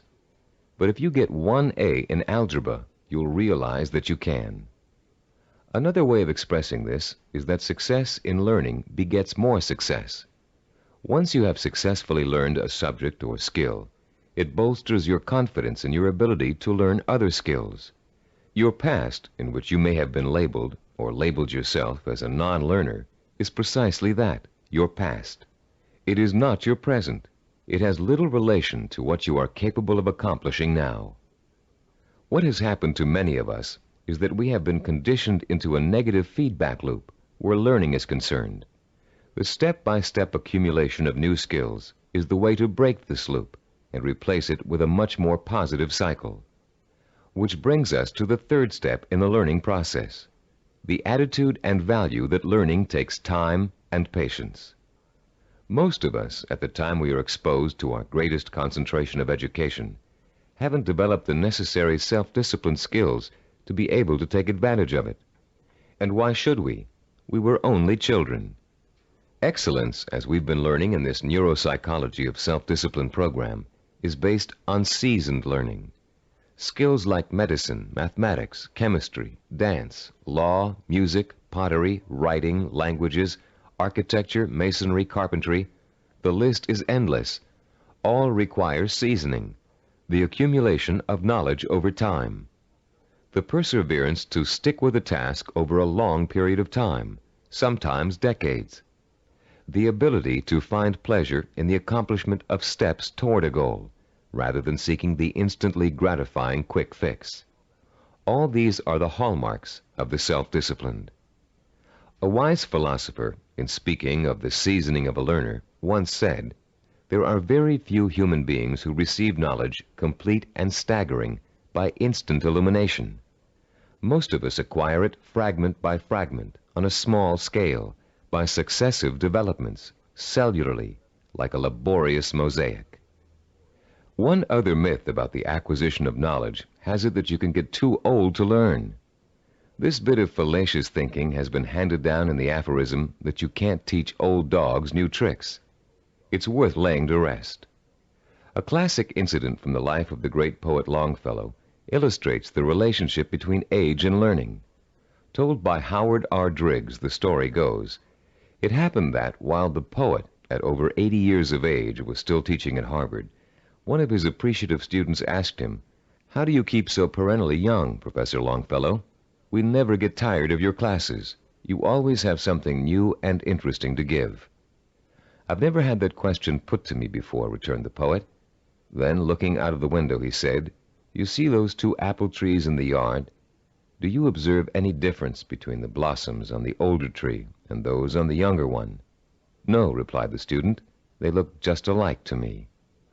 "How do you account for the fact that the old apple tree flowers out as beautifully as does the young one?" persisted the teacher. "Let me tell you the secret.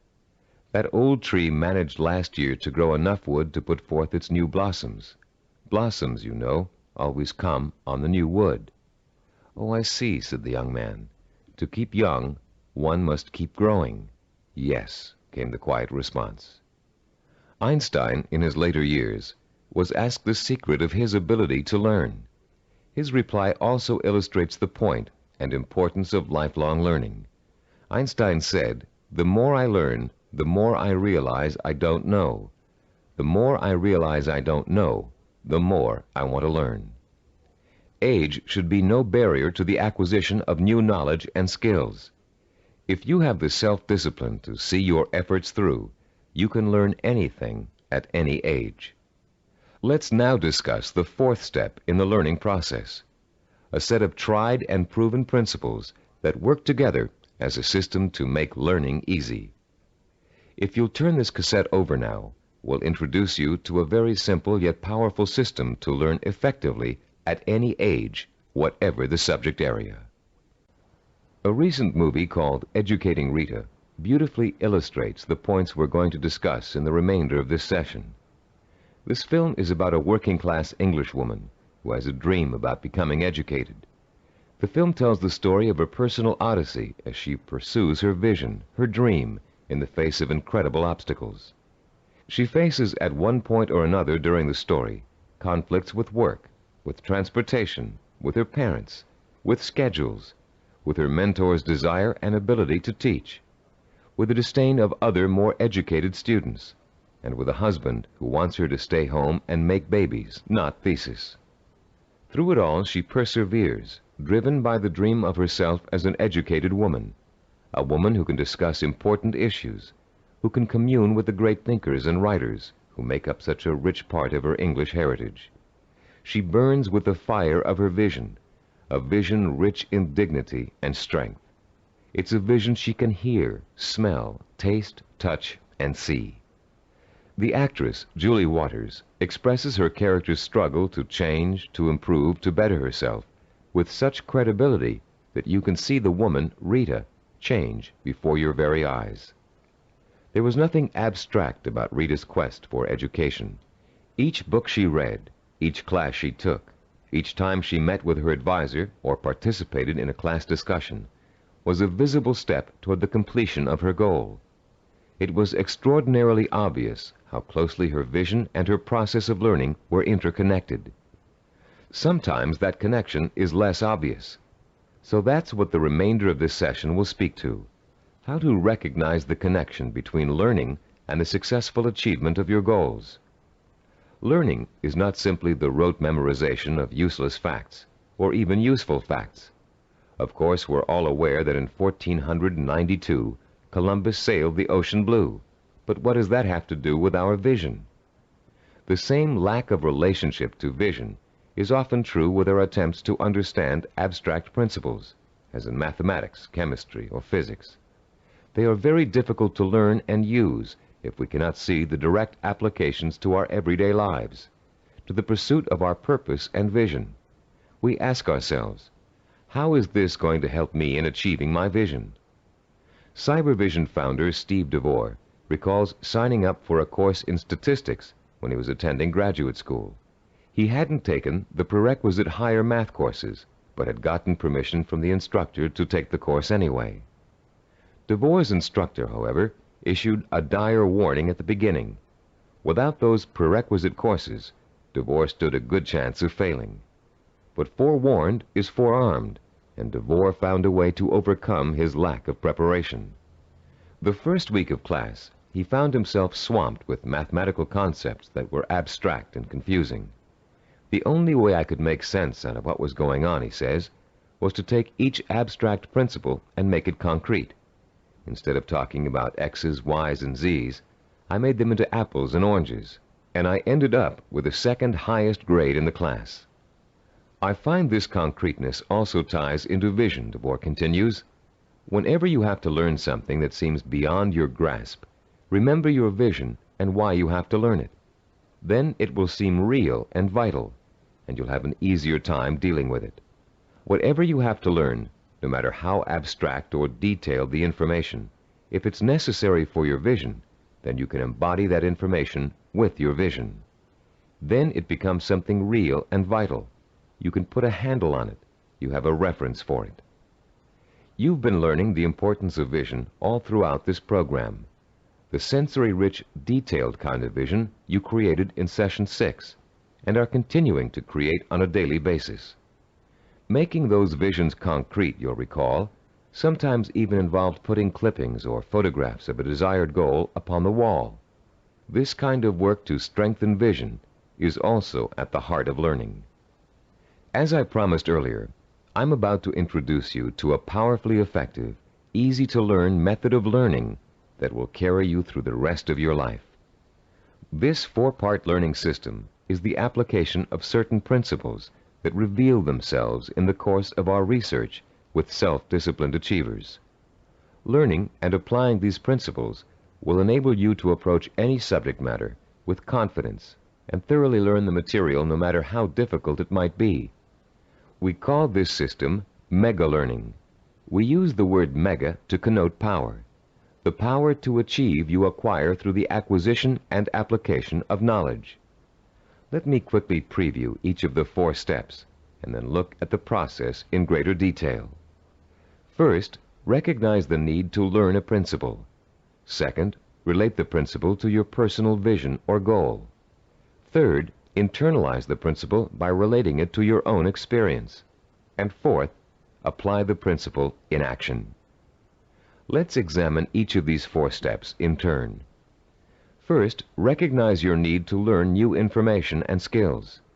You cannot reach your goal without getting an education first. This doesn't necessarily mean attending school. It means identifying the key skills and competencies that you must master if you are successfully going to reach your goal. Ask yourself, will I achieve my goal without this knowledge or skill? If your answer is no, then you have a strong motivation for learning. Your learning is now crucial, for without it, your road to achievement is blocked. Learning is a lot easier if you have a specific reason to learn. Once you recognize that you have a need to learn, you've taken the first step toward achieving your goal. Step 2 is simply asking yourself, how can I use this? How will it help me fulfill my vision? Imagine yourself achieving your goal and using the new knowledge and skills you are about to learn. See how each skill and bit of knowledge applies directly to your future success, no matter how unrelated or trivial it might seem to be in the beginning. This process is akin to putting a jigsaw puzzle together. You have a picture of what you want to achieve on the jigsaw box. Inside the box are hundreds of related but unrelated pieces of the puzzle. You put 2 pieces together. You pick up a 3rd piece. You toy with it, mentally turning it over, looking at its edges, its contours, its unique characteristics, looking at the ways it might fit into the whole picture. Then comes the aha moment. You see exactly where the new piece of puzzle fits, how the contours of the piece are shaped to fit the pieces already in place. And as you place the piece in the puzzle, you get an idea of what the larger picture will look like. Perhaps you refer back to the picture on the jigsaw box, which is analogous to the mental picture you have of the goal for which you're striving. The very act of studying the information and putting it in its proper place helps you bring the picture on the box to life. The third step in our learning process is internalizing the principle by relating it to your own experience. If you're learning about electrical waveforms and frequency, for example, think about the times you've thrown a pebble into a pond and seen ripples form on the water. The bigger the pebble and the harder you threw it, the bigger and faster the waves would be. In Newtonian physics, you can easily understand the law that states, for every action there is an equal and opposite reaction, by remembering how you stand up from a sitting position. Do you just shoot straight up, or do you have to first push your weight down on the chair to stand up? In order to stand up, you have to first push down. That's Newton's law in action. Every time you find an example from your own experience to illustrate a bit of knowledge you're trying to learn, you'll reinforce your understanding of that knowledge. And you'll remember it because it's anchored to something very personal. Every time you think of Newton's law, you'll picture yourself pushing off a chair to stand up. It works for just about any abstract theory you can think of. The fourth critical step in learning is the actual application of the principle you're trying to grasp. Throw pebbles in a pond and watch the action when you're learning waveform theory. Sit down and stand up over and over again until Newton's law is firmly planted in your mind. If you're studying a new language, use the new vocabulary you learn every single day. As you walk down the street or through your living room, try naming every object you see in your new language. Using these 4 steps to learning will make the experience easier, less frightening, and more fun. You'll make mistakes just as everybody does, but persistent application of the mega learning system will pay off in greater understanding, greater memory retention, and a better education overall in whatever it is you're trying to learn. The 4 steps to enhance learning we've outlined here are similar to and related to the 4 stages which make up the process of creativity. Our definition of creativity is taking the knowledge and skills you learn and applying it to the realization of your purpose, vision, and goals. To be creative, you have to be armed with knowledge and skills tempered by experience. The first stage in the creative process is preparation. Creative problem solvers consciously collect all the information they can, gathering tools which will help them solve a problem or get a job done. During this stage, if there's a problem to be solved, the person might be perplexed, but at the same time excited about the possibility of coming up with a solution. Stage 2 is called incubation. Once the research has been done and the necessary information has been collected, the creative person often releases the problem and turns to something else, including rest, relaxation, or physical activity related to the problem. During this stage, the knowledge begins to reform itself below the level of consciousness, shifting and realigning until it becomes a whole. During this stage, tantalizing flashes of insights and glimpses of parts of the final solution may emerge. Stage 3 is called illumination. This is the moment of discovery. It is the point in time where all you have learned and experienced has been distilled in your mind. The solution or inspiration springs forth almost miraculously. Miraculously, if you don't recognize how much preparation and groundwork you've already laid in stage 1. Often this stage is accompanied by an overwhelming feeling of certainty that says, yes, this is the piece of art I want to create. Or yes, this is the product idea I want to explore. Stage 4 is called verification or revision. This stage takes place again on a conscious level. The details of an experimental process, if you are a scientist, must be worked out. If you're an artist, you must decide whether this picture will be painted in watercolor or oil. This stage involves visible work and rational thinking. It involves drawing from your base of knowledge and fundamental skills to make your work conform to the vision of your creative insight. As you can tell, the knowledge and skills you acquire are the tools for the creative process. The parallels to the simple approach to learning we've outlined here and the process of creativity should also help put to rest the misconception that self-disciplined people are not creative. That discipline involves being married to lists and systems to the exclusion of freedom and creativity. On the contrary, creativity is the byproduct of a disciplined, well-informed mind, a mind that is using its storehouse of knowledge to solve problems and achieve goals. The more you learn, the more creative you can become. If your heart is set on becoming a professional musician, you can hardly be expected to know how to compose a symphony until you've become an expert in reading music and have studied music history. If you want to become a heart surgeon, you can't expect to pioneer new techniques in heart surgery until you've thoroughly mastered all the existing techniques. If you want to start a business, you must first study how other businesses are run, and then make your own decisions about how your company will work.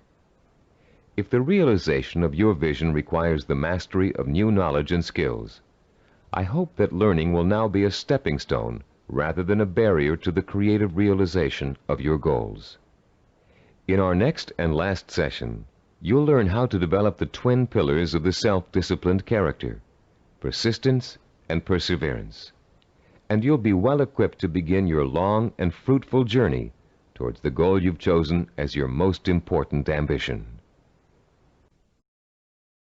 I'd like to begin this final session with two true stories that illustrate the value of persistence and perseverance in any of life's endeavors. The first story is about a mountain climber named Don Bennett. After successfully scaling 14,000-foot Mount Rainier, one of the highest mountains and most difficult climbs in the United States, Don Bennett was interviewed about the experience by a local reporter. "How did you do it?" the reporter wanted to know. "How did you keep going for 14,000 feet and not giving up?" Bennett thought for a moment before answering. Then he spoke slowly, trying to get the reporter to understand the mental process that led him to the peak of that mountain. "Starting months before the climb," Bennett said, "I created a vision of myself at the top of the mountain. That vision was so real that I could actually feel the cold wind blowing in my face, and I could see the spectacular mountains and valleys all around me. I saw and felt this vision 100 times a day. It inspired me. It motivated me. It kindled my determination to see the climb through to the end. During the climb itself," he continued, "I drew upon my vision for inspiration. When the going got tough, I saw myself at the top of that mountain just as clear as could be. And then finally, I reached my goal and my vision became a reality." The reporter was impatient with Bennett's explanation. Yeah, he said, "I've heard all that vision stuff before. But that doesn't explain how you did it. You're an amputee. How did a one-legged man climb a 14,000-foot mountain?" Don Bennett looked the reporter straight in the eye and said quietly, "One hop at a time. My vision became a reality, one hop at a time." Our second true story takes place during the last few weeks of World War II. Don McCall was a seaman on the Navy ship Indianapolis, which at the time was cruising the Philippine Sea. Suddenly, the ship was struck by Japanese torpedoes, and immediately it began to sink. McCall was asleep below decks when the first torpedo hit. He instinctively grabbed his life jacket and made his way up to the deck as the ship began to roll over. As he launched himself into the churning sea, the ship sank, taking 300 men with her. Another 900 or so had been pitched into the water. "I made up my mind that I was in big trouble," McCall told an interviewer, "and I also made up my mind that I would do whatever I had to do, no matter how painful, to survive."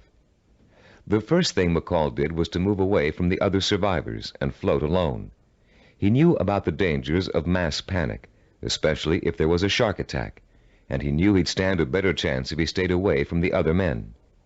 McCall also protected himself from exposure in the blistering sun by keeping a life jacket over his head. He kept a hose on his person so he could retreat underwater in case of a Japanese attack.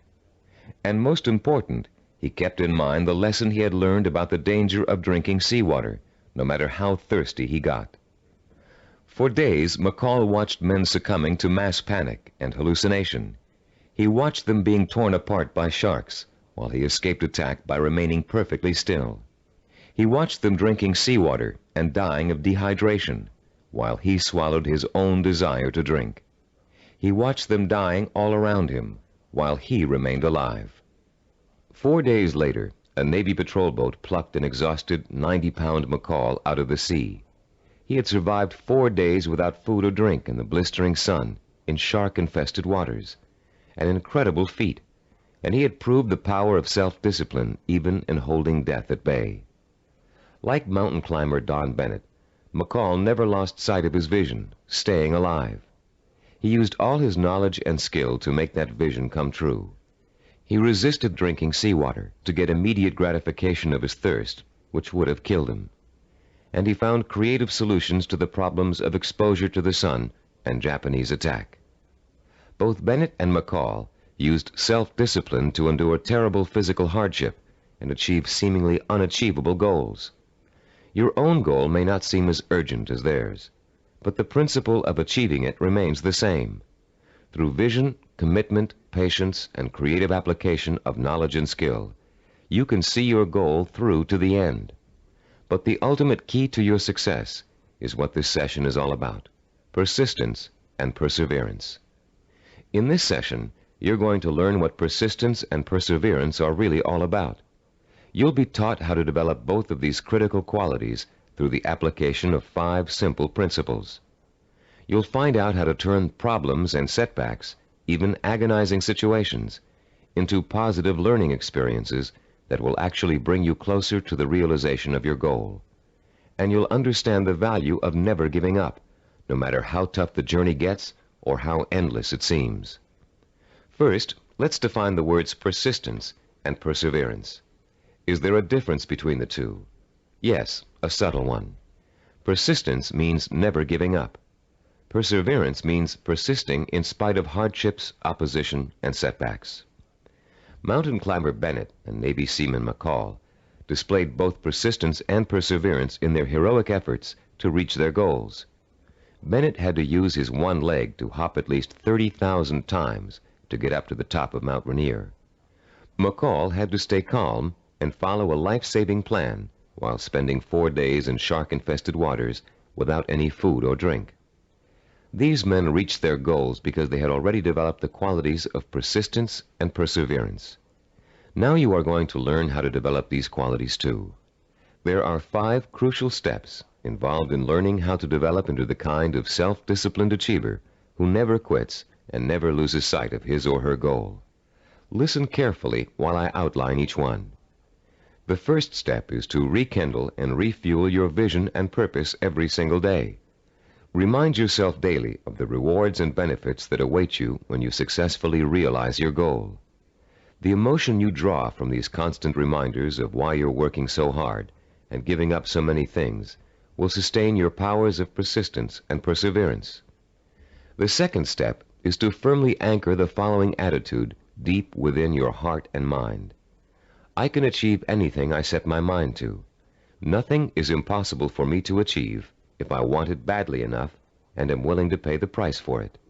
No matter how much hard work it takes, no matter how long it takes, no matter how difficult it is, I can and will achieve my goal. I will never forget that a journey of 1,000 miles begins with a single step. Step 3. Realize that obstacles are going to arise and setbacks are going to occur. Keep in mind that these difficulties are really opportunities to learn.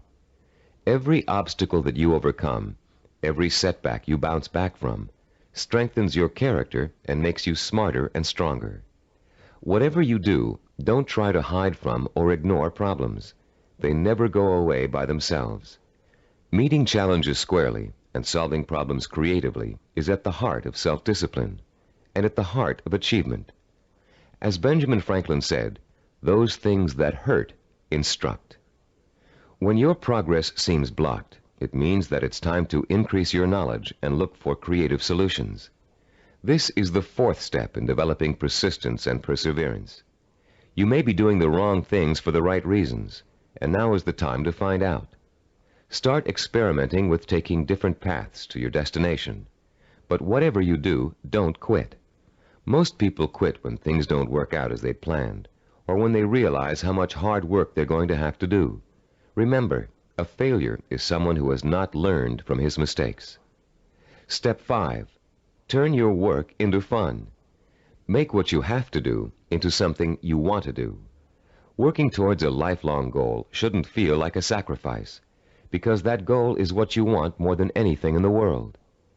If you follow these 5 steps faithfully, your long road to success will turn into an exciting journey of knowledge, discovery, challenge, and reward. And for as long as you feel you're making progress, even hard work and minor interferences won't shake you from your purpose.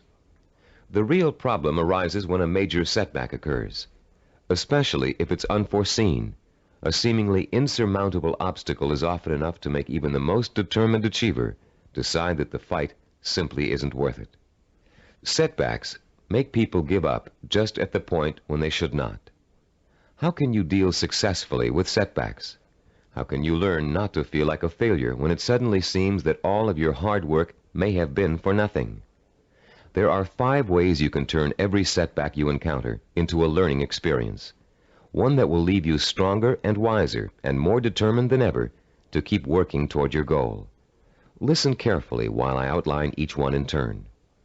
First, never try to ignore a problem or handicap. Deal with your problems directly. Don't avoid them or try to hide from them. If you want to start a business but can't find people to back you up financially, that doesn't give you the right to plunge into your project with no capital and a lot of ideas for spending money. If you want to become a doctor but don't have the grades to get into medical school, it won't help you to start applying to schools you know you can't get into. When you have a problem, study it from all angles and try to determine the best way to proceed. Which brings us to our second point. Don't blame other people for your setbacks, and don't chalk it up to bad luck. You make your own luck in this life, and you have to solve your own problems. Learn to tackle them head on, being as realistic as possible and as level-headed as possible. Mentors can often provide a great deal of help in a bad situation. Try acting as if you are your own mentor. What would he or she do in your situation? Or what has he or she already done to overcome an obstacle similar to yours? Third, continually strive to strengthen your qualities of self-discipline. Setbacks often occur because of weaknesses in certain areas. Try to turn those weaknesses into strengths. Be your own severest critic, but not your own worst enemy. Don't tell yourself, I failed. Tell yourself, I slipped, but I'm going to pick myself up and go on. Fourth, in almost every setback, there's a seed of opportunity, a silver lining, if you will. Find it and use it. You may find yourself taking a slightly different path to achieving your goal than you first imagined, but you'll get there just the same.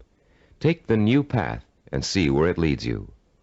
Following this philosophy helps take the emotional sting out of setbacks and is a good antidote for discouragement, and it's a healthier way to react to a bad situation than deciding to give up. Fifth, always remember that no matter how difficult a problem is, or how insurmountable it seems, there's always a solution. A problem is only really a problem if you think you can't solve it. If you take the attitude that every problem has a solution, and you approach your problem with an open and creative mind, you'll find that solution. A young woman we know named Karl Pribram was faced with and managed to overcome the kind of setbacks that might make anybody want to give up. Her story is so inspiring that we'd like to end this session with her example of what it's like to be a self-disciplined achiever who never quits no matter what. At 26, Karl had a degree in marketing and a good job as a marketing assistant, with an eye to moving up in the company she worked for as soon as there was an opening for a higher position. Karl had diabetes, diagnosed when she was 12, but had always been able to keep it under control with insulin shots, and had always lived a perfectly normal, relatively healthy life. In the spring of Karl's 26th year, she began having trouble with her eyes. Doctors told her that her diabetes was causing her to slowly lose her eyesight. At first, Carol refused to believe it, but when she began having trouble driving, she realized the doctors were right, and she would have to re-evaluate her job and her purpose in life to deal with the problem of approaching blindness. But before Carol could come up with a solution to that problem, her kidneys also began to fail. Ultimately, she needed a kidney transplant, which was done successfully when she turned 27. Everything seemed to be going fine when a sudden episode of insulin shock left Carol paralyzed from the waist down. Carol recalls wanting to quit then and there. At that point, I just wanted to go to sleep and never wake up. The depression got so bad that I realized I couldn't go on this way. I only had one choice, and that was to get myself out of this.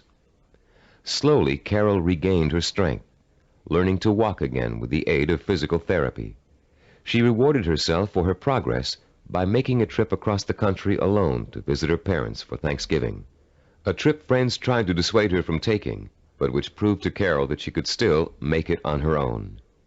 Today, Carol is attending college, studying for a master's degree in rehabilitative education.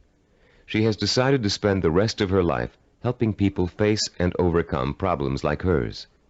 She is completely blind and still walks with a cane, but that has not stopped her from pursuing a goal many healthy people would find difficult to achieve. The key to reaching any goal is to develop the strength of character that makes you refuse to give up, no matter how bad things look. The most amazing thing about persistence and perseverance is that they make it almost impossible for you not to succeed in your endeavors. In this session, you've learned the importance of not being a quitter, of learning from your mistakes, and of keeping an open mind when it comes to finding creative solutions to problems you may think are unsolvable. In the next session, we're going to review everything you've learned in the Neuropsychology of Self-Discipline program and give you some tips for developing the lifelong habit of self-discipline. We're now coming to the end of the Neuropsychology of Self-Discipline, and now is a good time to reflect on what you've learned and how far you've come. It's also a good time to start thinking about how you're going to maintain and develop your self-disciplined character for the rest of your life, because the process of becoming an achiever never really ends. In the years to come, you'll find yourself learning from trial and error, from accomplishments, from setbacks, from disappointments, from rewards, from the feeling of satisfaction you get when a job has been well done. The more you achieve, the more you'll learn one of the greatest secrets of achievement. Success breeds success. Every small step you take on the road to your goal will make it easier to take the next step. And once you've achieved your goal, you'll probably find that there's another goal you want to achieve. Along the way, you'll delight in the process of watching yourself in action, making corrections in your methods and strategies as you strive toward your ultimate goal and the hundreds of smaller goals you will successfully reach on the way. Let's talk about the milestones you've already passed. In Session 1, which you listened to some time ago, you uncovered the master key to your highest potential, self-discipline. We define self-discipline as the ability to work systematically and progressively toward a goal, to become positively obsessed with that goal, and to let that obsession lead you to accomplishment. We talked about the problems caused by lack of self-discipline. We learned about the waste of potential, the drifting from job to job, from relationship to relationship, of the person who has no real sense of purpose and an undisciplined approach to life in general. We also talked about the problems of wanting immediate gratification and how that always leads to failure because it means refusing to pay for success with hard work. There is no other way to be successful except through hard work. The words pay for shouldn't bother you. All accomplishments come with a price tag, just like something you might want to buy. And just as you will save for an item you really want to buy, cutting your budget and making financial sacrifices, you should also be willing to make sacrifices in order to reach your goal. You may have to give up time, recreational activities, other priorities in your life. But it won't be difficult to do, because reaching your goal will become a more important source of pleasure. In Session 2, you were introduced to the 10 characteristics of the self-disciplined achiever. These characteristics served as a model against which you could compare your own strengths and weaknesses. Let's review them quickly now to refresh your memory and see how far you've come in absorbing the principles of this program. First, self-disciplined achievers have a strong sense of purpose. They have a cause or direction to which they have chosen to dedicate their lives. This cause gives them meaning in their lives and a reason to exist. Second, the self-disciplined seek out positive role models, called mentors, to teach them how to best approach their goal and overcome setbacks and obstacles along the way. Third, self-disciplined achievers use sensory images to provoke the kind of emotion that keeps them working toward their goal for as long as it takes to achieve it. Fourth, those possessing an iron will dwell on the fulfillment of their vision rather than on fear and failure. They have a positive attitude toward themselves and their goal and refuse to let setbacks get them down. Fifth, the self-disciplined achiever has a deep-rooted belief in his or her ability to achieve. This "I know I can do it" attitude is nurtured by their study of mentors and their realization that the only thing that stands between themselves and their goals is hard work and self-discipline. Sixth, self-disciplined achievers have the ability to plan and organize. They know that a goal can never successfully be reached in a haphazard way. They understand that they must map out a blueprint for success if they are ever to realize their highest ambitions. Seventh, they know how and when to acquire the essential knowledge and skills they need to achieve their goals. This comes from the planning and organization work they did earlier. Eighth, self-disciplined achievers have patience. They understand the concept of seasoning and its importance in reaching any goal. Time does not frighten them. Ninth, people who achieve their goals do so through persistence and perseverance. They are stubborn in their efforts to achieve, and they never give up. 10th, self-disciplined achievers have a mature attitude toward pleasure. Rather than seeking any diversion that will temporarily make them feel better, they take the most pleasure in doing the work that will help them achieve their goal. How many of these 10 characteristics did you remember? We suggest you play Session 2 over and over again until you can recall every one of them without prompting. Making these qualities a part of your own personality is what acquiring self-discipline is all about. And the more you listen to them, the more you think about them, the more they will become a part of your own life. In Session 3, we delved deeply into the scientific basis for this program. You learned how the key to success is developing the kind of constant internal motivation that keeps you on course through problems and setbacks, through temporary boredom or fatigue, through periods of doubt or discouragement. And you found out why other motivational programs fail to give you the sustenance you need to pursue your goal for weeks, months, or years. You learned about Dr. Karl Pribram's research into images of achievement and the critical role they play in motivating people to be successful. Dr. Pribram's discovery of the power of sensory-rich images to provoke the drive of motivation made the creation of this unique program possible. In Session 4, we discussed the power of purpose. Here you learn to focus your energy like a laser beam on what you want to accomplish. You learned how your macro or major purpose really could be broken down into a series of micro or minor achievements. You heard examples of how well-known achievers tackled major goals by turning them into step-by-step plans for success that they could deal with one at a time. In the same session, you participated in a fascinating exercise that let you pinpoint, perhaps for the first time, what your most important goal in life really is. You then used that goal to create a statement of purpose that would stand as a beacon in your quest for achievement. In Session 5, we talked about mentors and role models. You learned about the process of modeling, the basis for human learning. We talked about how models are both a blueprint and an inspiration for our own activity and our own growth. You learned how models help shorten the trial and error process we must all go through before chalking up an accomplishment. You also learned how to choose a role model and how to turn that model into an inspirational but not awe-inspiring figure. You learned the value of realizing that your role model has faults and weaknesses just as you do, but has succeeded in spite of them. In Session 6, you learned how to translate your purpose into sensory images that would fuel your inner fire of determination and ambition. And you learn how to daily reinforce your mental images of achievement, to make them a permanent part of your body and mind. In Session 7, you were introduced to visual network planning. This planning system applies to any endeavor, from making a movie to making a run for the presidency. The system works by breaking down what you want to accomplish into logical building blocks. It helps you keep track of your achievements over a long period of time, and is a reward in itself for work well done. In the same session, you learned to become a storyteller. The story was that of your own success. You used your rich powers of imagination and your best verbal skills to detail the steps you took to accomplish your most important goals.